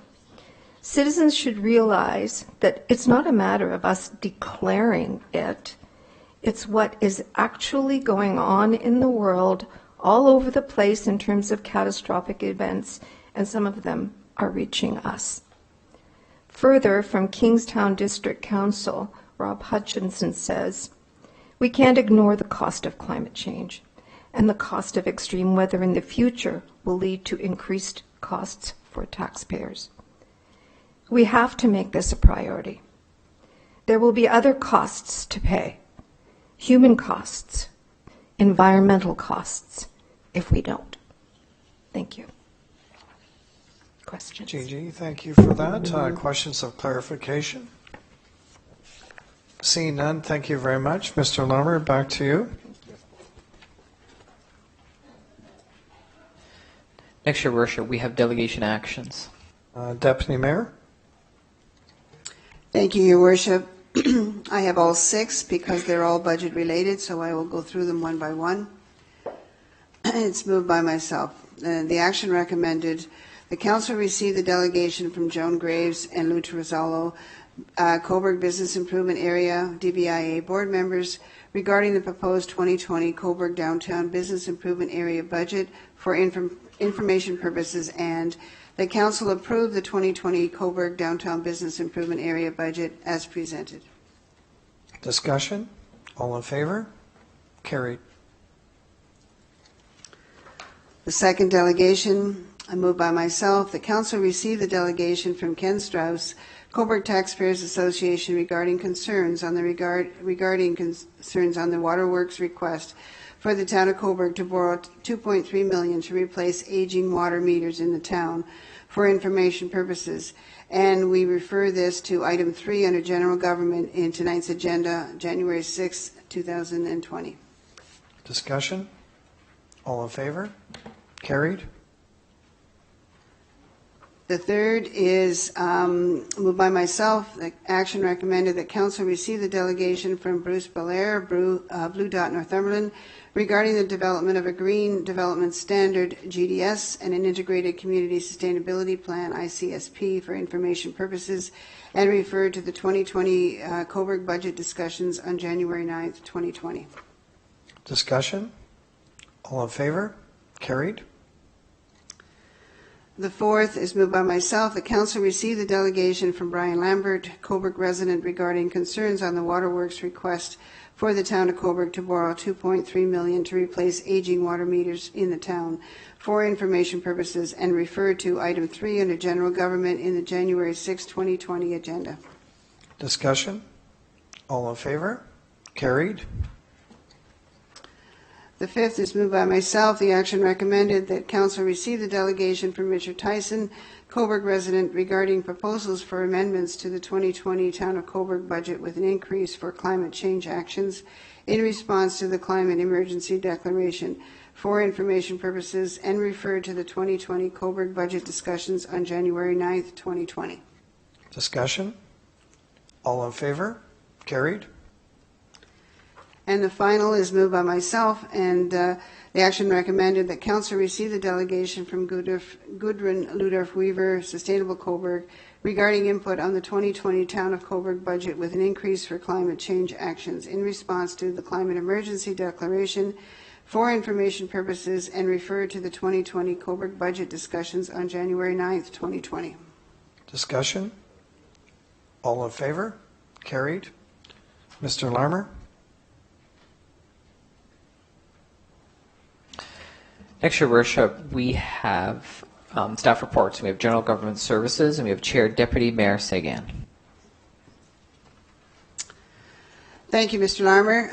The first is a memo from the Human Resources Manager regarding the presentation of options to Municipal Council for the recruitment of the Town of Cobourg Chief Administrative Officer, CAO. Could you put the action recommended on the screen, please?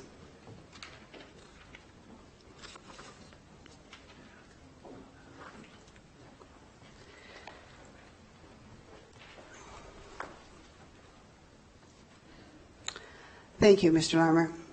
Moved by myself. The action recommended that Council receive the memo from the Human Resources Manager regarding the presentation of 6 options to Municipal Council for the recruitment of the Town of Cobourg Chief Administrative Officer, CAO, for information purposes.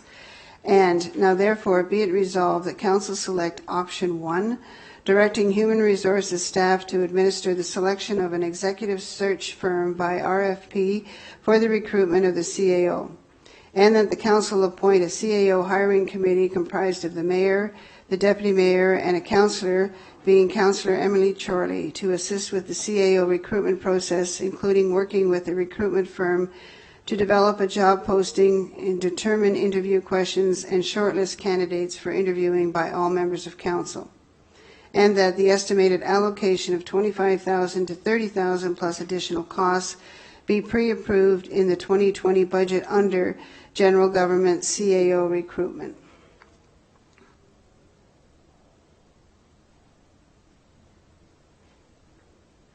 Any questions from members of Council? Councillor Bureau. I would support this. I do like the idea of all councillors being involved in the short list.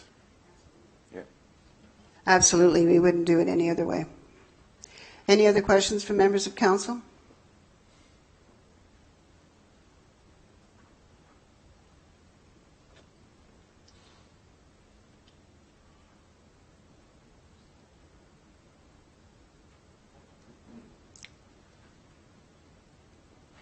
Okay.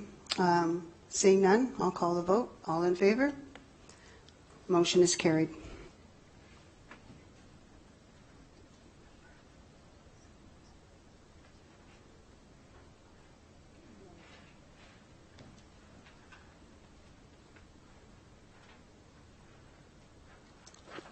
Second, under General Government, is a memo from the Manager of Human Resources regarding the Pay Equity Compensation Review update for management and non-management positions. Can you put the action on the screen?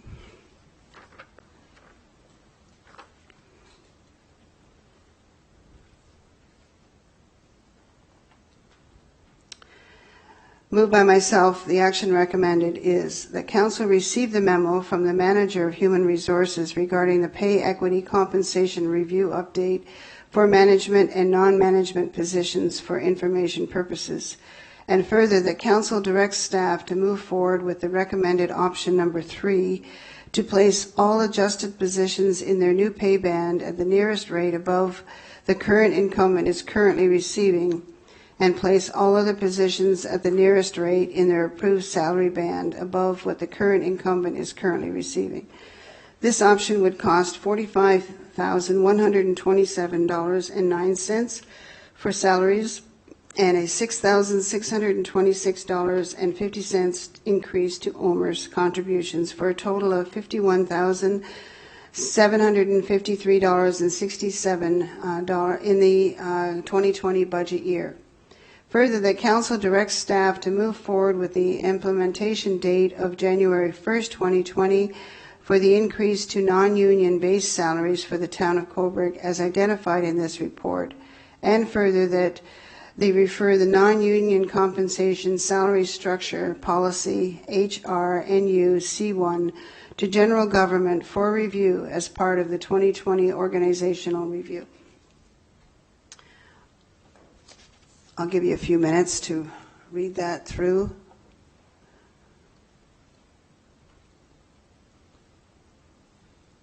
It's basically what was suggested as option 3. Are there any questions from members of council? Councillor Chorley?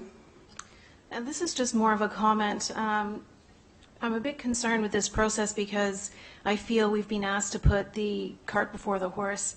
It would have, I think, been preferable to have a look at that policy, the compensation policy, before undertaking a restructure on the pay bands and the job rates. But seeing that this would be reviewed to the organizational review, sent there for further review, I think that's really important because when I look through this policy, I have a number of concerns about it. I think it really needs to be strengthened and updated. For the most part, it's a 2013 policy, and there is no mention of pay equity in the policy. I think it would be good for us to start to think about integrating some criteria to address the gender pay gap in that policy. And also there are some terms in there, for example, that give the CAO discretion to grant financial rewards under special circumstances, but those circumstances are not defined, and the size of those rewards are also not explained. So I think there's a number of issues with that policy, and it'd be really important for us to take a long, hard look at it as part of the organizational review. Thank you, Councillor Chorley. Any other members of council have any comments? Seeing none, I'll call the vote. All in favor? Motion's carried. Deputy Mayor, if I could ask your indulgence, please, just for a moment. Sure. Melissa, could you please come to the podium? For those that may not be aware, sometimes Santa brings great gifts at Christmas, and Melissa was successfully hired as the new applicant for Sir Sanford Fleming College in the Human Resources Department. So again, on behalf of myself, our council, our senior staff, our CEO, and citizens, I do want to thank you collectively for 10 years of wonderful service to the Town of Cobourg, because I just remember at Christmas, I just handed you your 10-year certificate of achievement. So on behalf of council, we wish you well. We wish you a bright future, and I have no doubt living in Cobourg, our paths will cross. So from us to you, the best of success. Melissa officially ended her duties at 4 p.m. today, and you can see the dedication that she does provide, because I did ask her especially due to the compensation review, would she be in attendance for tonight's meeting. She said absolutely yes. So Melissa, best wishes. You'll be missed. Thank you. Thank you very much. Thank you. It's been a pleasure working for the Town of Cobourg for the last 10 years. And I'm certainly going to miss the people and the relationships here and the work. I'm sure it's going to be different challenges, but I appreciate every opportunity that's been afforded me here. So thank you in return. Thank you. Back to you, Deputy Mayor. Thank you for that. Thank you, Your Worship. The final item under General Government is moved by myself. Action recommended that Council receive the correspondence from Derek Paul, President and CEO of Lakefront Utility Services, Inc., Lucy, regarding the radio frequency water meter replacement program for information purposes, and further that Council refer the request to the Treasurer Interim Chief Administrative Officer for a report regarding the Waterworks request to borrow $2.3 million from the town to complete an initiative related to changing out aging water meters in the town of Cobourg, and further that this report be completed and presented to Council by the spring of 2020. Mayor Henderson? Yes, I'm going to reiterate a question, a good question asked by myself and Deputy Mayor earlier. We wanted to know, Mr. Davey and Derek, I see you're in the audience as well, if you can help us with clarification. We didn't know if it was best to try and realign this report to the Waterworks summary that's done with Council. And for the sake of me, I couldn't remember the date. So what we're looking for, does spring work, or do we need a more defined date? And I'm looking to Mr. Davey, or if there can be clarification from Mr. Paul, we'd appreciate any clarification. Just from my perspective, Your Worship, basically, as I understand it, because Waterworks is a part of the town of Cobourg, it would be the town of Cobourg that would actually be borrowing the funds. And so there would be a report required from the treasurer just to show that such borrowing would be within our annual repayment limit. As council will recall from prior years, it's usually March when we review that annual repayment limit. It's an extremely high number. As much as in the $50 to $100 million range, depending on the term that it's borrowed over and the interest rate that's charged. So clearly $2.3 million will not have an impact on the town's annual repayment limit requirement from the province. It's certainly not enough to affect our cost of borrowing in any way. So clearly when that report comes back from myself, it will be positive that there's no impact on the town of Cobourg. The repayment of the loan will come strictly from water rates.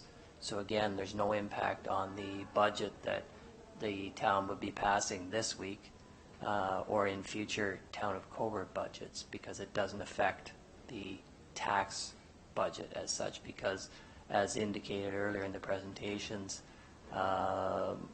water services are fully funded from water rates, and that's mandated. And thank you for being here for perhaps clarification. We just want to know, is it best as we go through this to align it to anything? When I know we do meet with staff, I apologize again, I couldn't remember that date. So. Usually the meeting with staff is done in the month of June after audited financials are completed. So if that answers the second part of your question, it's actually June. Thank you for that. No problem. So I will change this to June 2020 as opposed to spring 2020. That was basically after the Waterworks meeting. Any other questions by members of council? Mayor Henderson? Do you want to be specific, just to give maybe June 1st, and then we have something to work towards? I don't know if Mr. Paul gave us an exact date. He just said June. I don't have that exact date. Yeah, he just had June. Okay. So any other questions from members of council? Seeing none, I'll call the vote. All in favor? Motion is carried. Thank you. Mr. Larmer?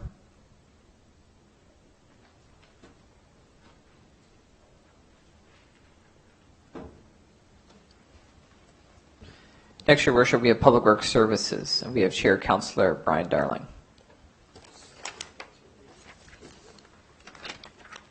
Sorry, I'm rushing. I apologize.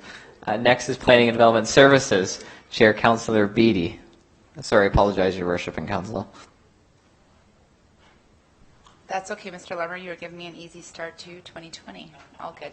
Item number 1 is a memo from the Secretary of the Heritage Advisory Committee regarding the Heritage Permit number HP 2019-071, and this is for 37 to 39 King Street East. in Cobourg on behalf of TVM Group. And that action recommended is that Council endorse the comments of the Heritage Advisory Committee and grant Heritage Permit HP 2019-071 submitted on behalf of TVM Group to permit a roof placement at 37 to 39 King Street East, subject to the finalization of details with planning and heritage staff. Any questions or comments? Councillor Turley? Thank you. This might be a question for Director McGlashan. I just wanted a little more clarity. So the roof that's proposed is a metal roof. I was just wondering, is there any precedent for other historic buildings along King Street to do a roof replacement using a metal roof? And I guess my concern is about ice or snow really sliding off onto the sidewalk. Yes, through you, Madam Chair. Yes, there are examples in Cobourg. In fact, above the buttermilk is a replacement of a roof with metal. They are required, and we will certainly be ensuring that there are these ice dams or bars that run across the roof so that the ice doesn't slide, because, as we know, metal roofs do allow snow and ice to slide quite quickly, much more than asphalt. So, yes, that would be implemented. Thank you for that. Any other questions? Seeing none, calling the vote.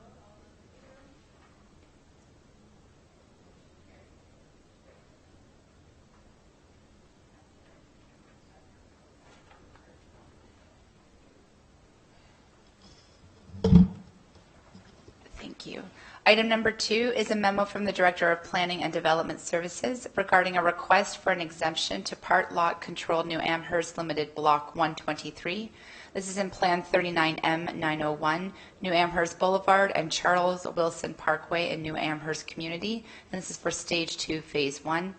The action recommended is that Council receive the staff report for information purposes, and further that Council authorize the preparation of a bylaw to be endorsed and presented to Council for adoption at a regular Council meeting to exempt Blocks 123, Plan 39M901, for New Amherst Boulevard and Charles Wilson Parkway in the New Amherst Community Stage 2, Phase 1 from the part lot control provisions of the Planning Act, RSO 1990, CP 13 as amended.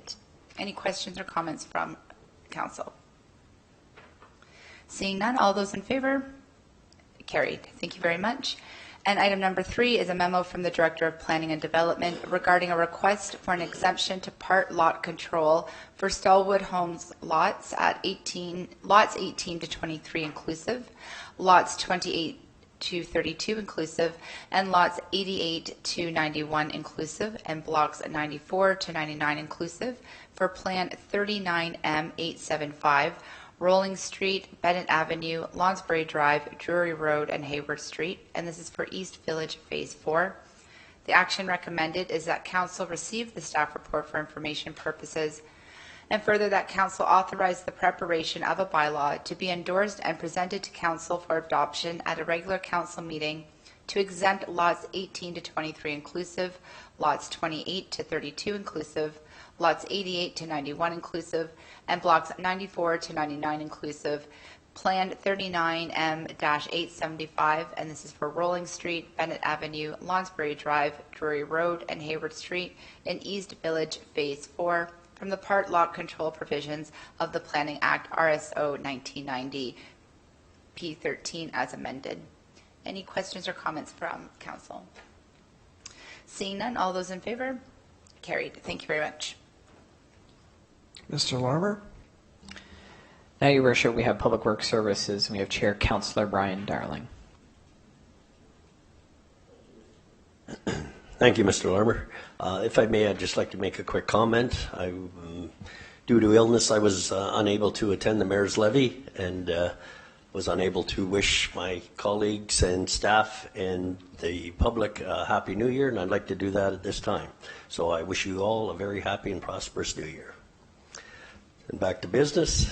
I have a memo here from the Director of Public Works regarding a request for a subdivision amending agreement, West Park Village Subdivision, Cobourg, PIN 51085-1298, lots 1 to 81, both inclusive, and blocks 82 to 110, both inclusive, Plan 39M 8-876.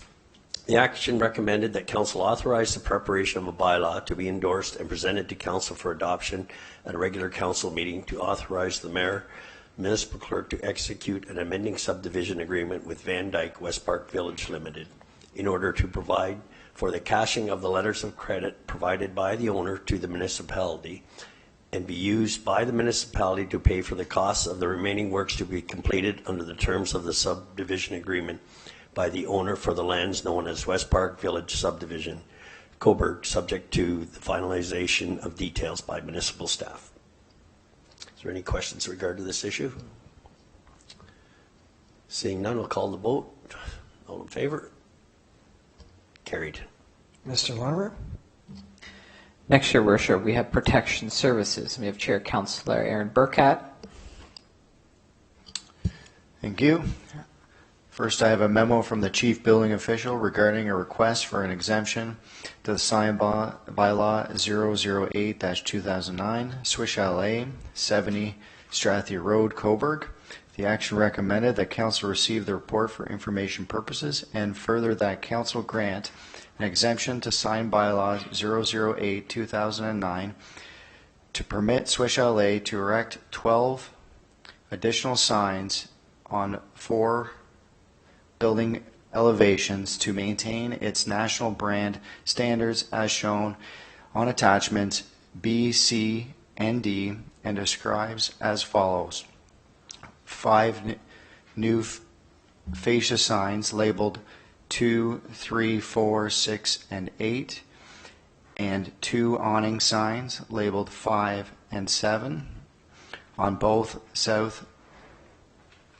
on south elevation, 2 new facade signs labeled 1 and 2 on the west elevation, 1 new facade sign labeled 1, and 1 new awning sign labeled 2 on the east elevation, and 1 new facade sign labeled 1 on the north elevation, all subject to finalizations of details by municipal staff. Are there any questions from members of council? Seeing none, I'll call the vote. All those in favor? Opposed, if any? It's carried. Number 2, I have a memo from the Secretary of the Accessibility Advisory Committee regarding a motorized winch system to assist passenger onboarding and deboarding the Wheels Transit. The action recommended that Council receive the memo for information purposes and refer the matter to the January 9th, 2020 budget meeting for consideration. Councillor Beattie? Thank you very much, Councillor Burkett. I actually really appreciate the initiative that the committee took to look into this alternative option. I just have 2 questions. One is, do we know the approximate cost for the technology or the piece? And then would we be able to see exactly what system or model they looked at, like just to give some more context to the recommendation? I believe this was brought forward by staff actually to the committee, and then we just put a recommendation, but I will ask the director to speak to the cost and what the system is.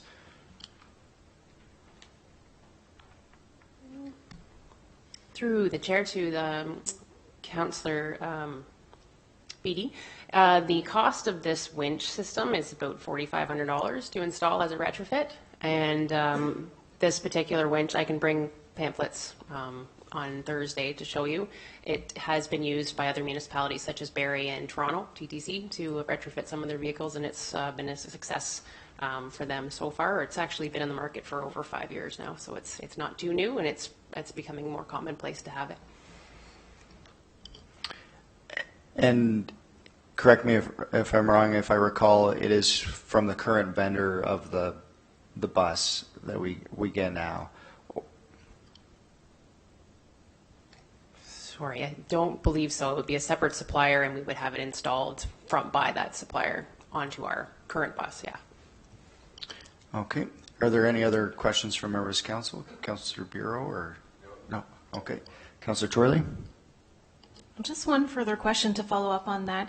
Would it just be installed on the Town of Cobourg's accessible bus? And then with our extended service, we do not use our own bus. The provider uses their own vehicle. So would the winch be needed for that vehicle, or would it be possible to use it with that vehicle? Through the chair to Councillor Chorley, we are using the Wheels bus for the extended service now. Century is providing that service, so we would only need mainly the winches for our Wheels bus because there's the ramp that goes to bring it onto the bus, whereas is a little bit, the ramp onto our Wheels bus is a little bit steeper than the conventional transit bus. Our conventional transit kneels to the curb and there is no incline. There's actually, it goes right down to the curb and it's like a flat floor in the conventional buses. With the Wheels bus has a ramp, so this winch will assist pulling people up the ramp if they need that additional assistance, if they can't pull themselves up the ramp. Just a comment to members of council, the committee members did, as stated in the motion, really like this initiative, and I believe we saw a video of them pulling up a motorized chair, which of course is a lot heavier than just a manual chair.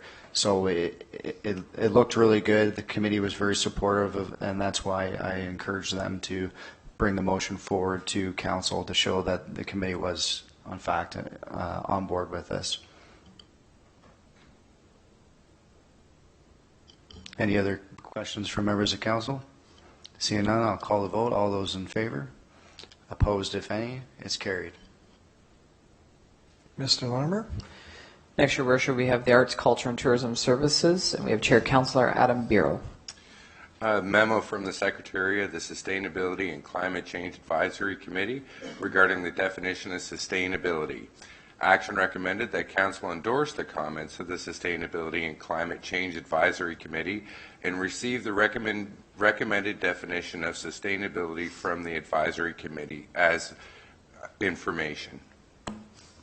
Is there any discussion? I would like to say, though, we did take the comments from Councillor Beattie and Councillor Chorley and manipulated both of those into this new definition. Yes, Deputy Mayor?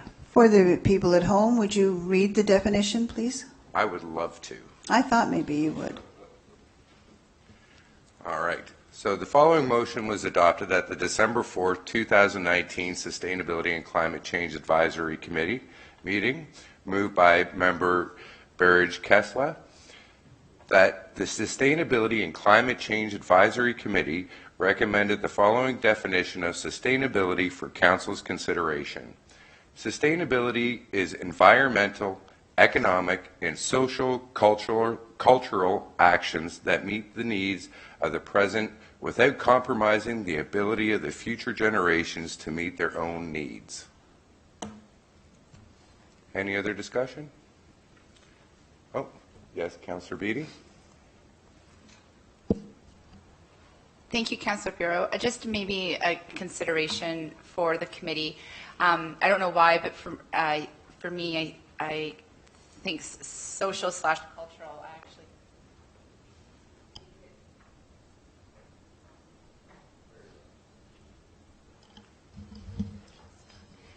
Thank you. I'm wondering for the committee's consideration if it could be environmental, economic, social, and cultural actions. I just feel social and cultural are two separate functions or descriptions of humanity, social sustainability, and then the cultural sustainability, but that's really just a wordsmith, food for thought. Thank you for that, Councillor Beattie. The committee is really happy with the way this is worded. If you would like to make any motions or changes to this, absolutely.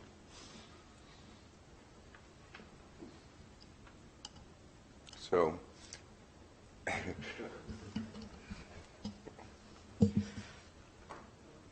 a quick question of clarification through you, if I may, to the clerk. I'm able to, Mr. Larmer, am I able to make a suggested amendment to a recommended action from a committee? Through you, Chair, to the member councils. So basically what's going to come back is the council is going to pass this motion. It's go forward to the regular council meeting, and then there'll be a motion. That definition will be part of that motion to endorse it. So you can make the recommendation now to make an amendment to that to have "and" between social and cultural. Thank you for that. So back to the chair, I would like to put the amendment, an amendment on the floor so that an "and" is inserted between social and cultural, so that it reads sustainability is environmental, economic, social, and cultural actions, etc. Thank you, Councillor Beattie. Since we have a motion on the floor, all in favor of the motion? It carries. Thank you. On a point of order, you have to read your original one. Oh, yes. Thank you. So the original one says, or the amended one? No, you just passed the amended, so if you go back and read now the proper one fully again. Right. So sustainability is an environmental, economic, social, and cultural actions that meet the needs of the present without compromising the ability of the future generations to meet their own needs. Right? All in favor? Carried. Mr. Larmer? Next, Your Worship, the unfinished business is listed on the agenda. And next we have the committee of open forum. There's no comments on the unfinished business from council. Is there any member of the media or members of the gallery who'd like to come forward for clarification purposes? Derek, welcome.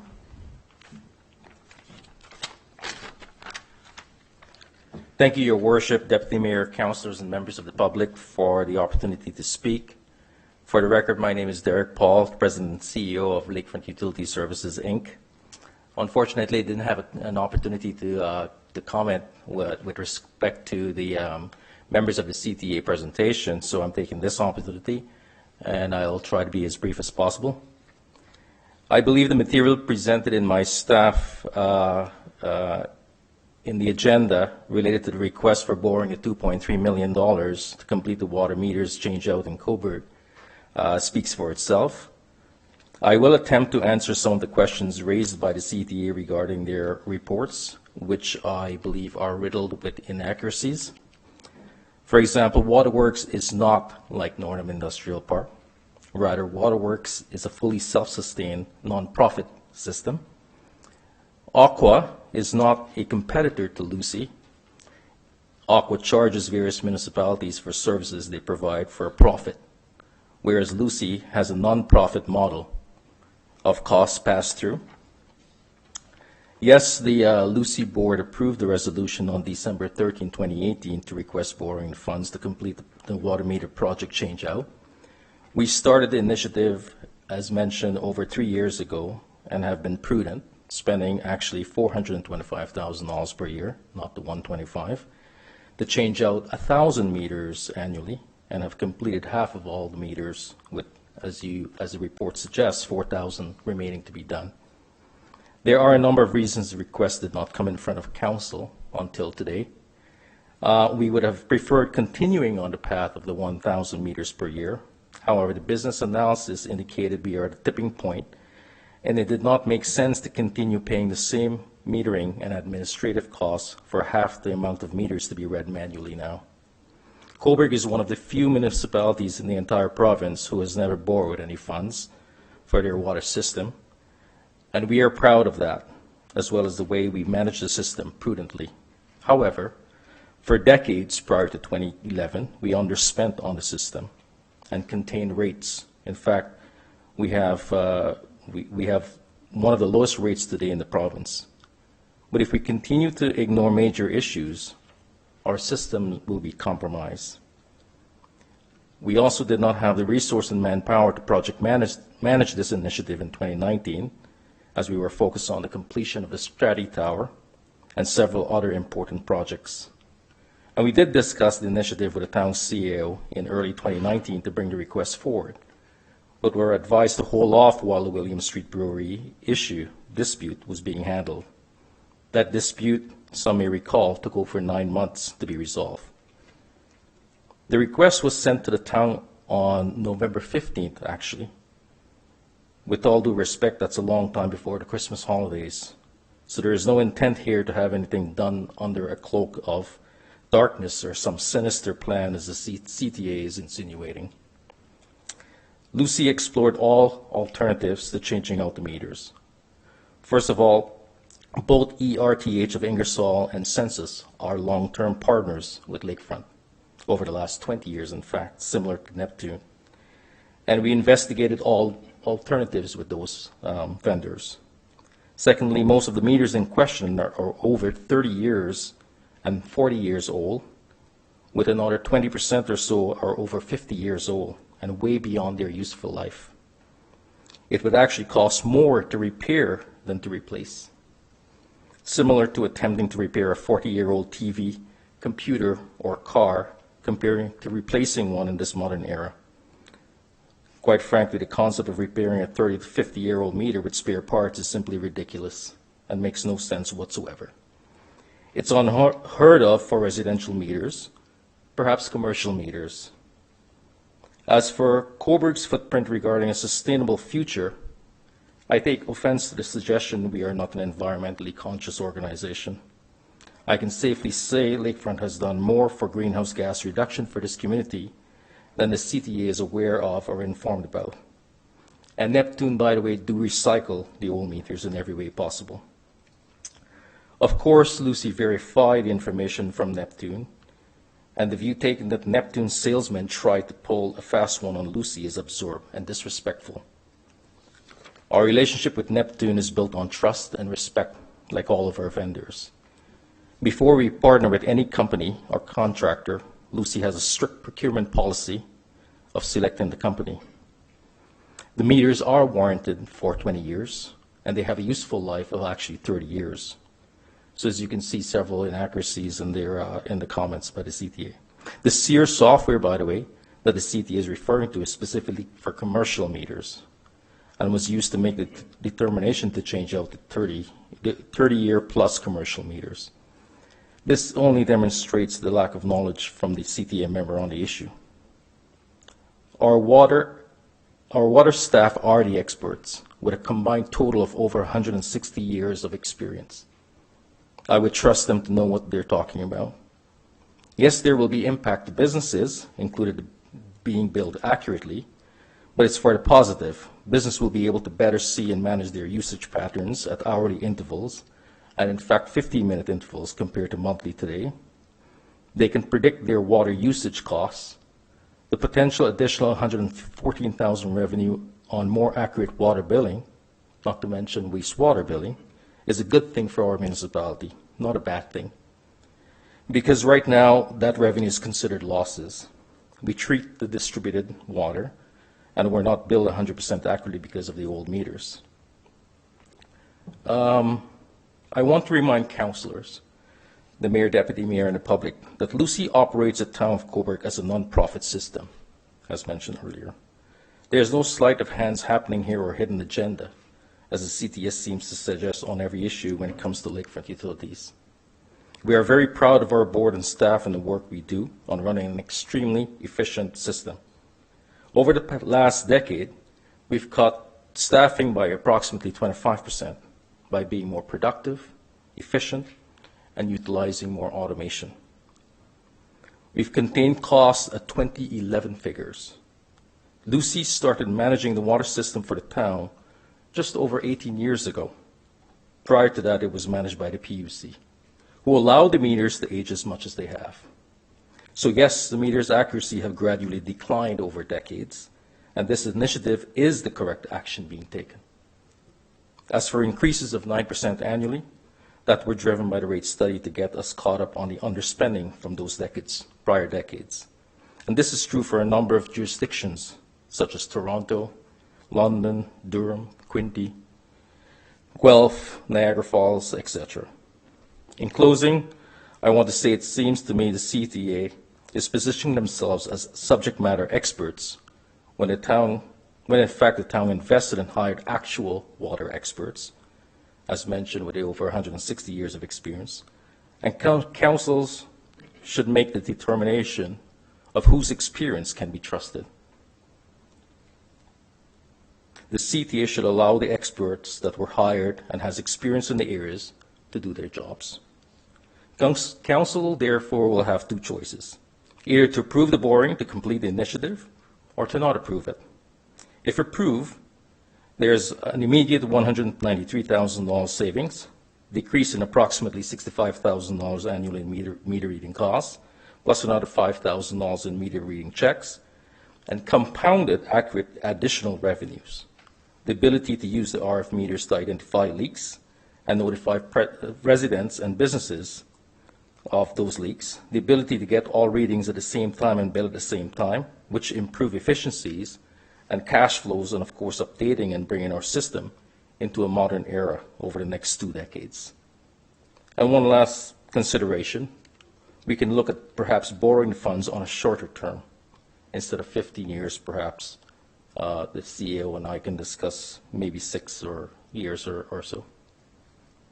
Thank you very much. Any questions of clarification from members of council based on comments? Councillor Darling? Thank you, Your Worship. Mr. Paul, in regard to Mr. Strauss's comments about the interest, you commented on all the profits and everything. Was the interest that's going to be paid calibrated into those profits? The interest that Mrs. Strauss calculated was based on a 15-year borrowing timeline. What I'm suggesting is if we shorten that, we would be able to mitigate a significant amount of interest.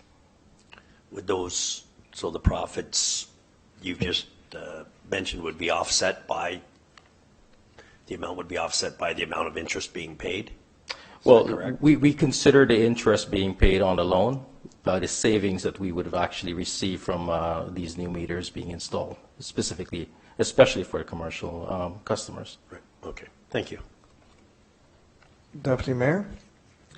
Thank you, Mr. Paul, for coming to the podium. Would it be possible for council to get a copy of your notes?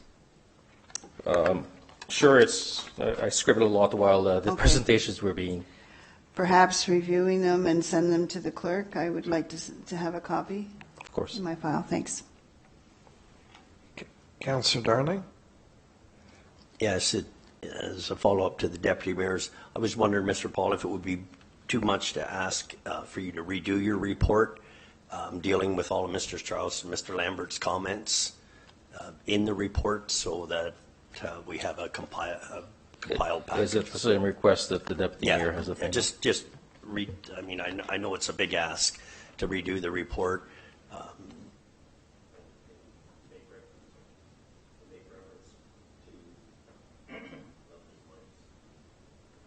Make reference to all Mr. Strauss and Mr. Lambert's comments so that when we review their questions, you can see in the report how it's all being dealt with and it becomes more transparent. Of course. Other questions, clarification, members of council? Again, thank you for your patience in waiting through our first long endeavor.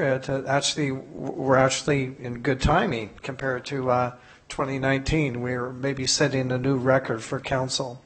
Thank you again for your time. Mr. Larmer, I think that brings us to adjournment.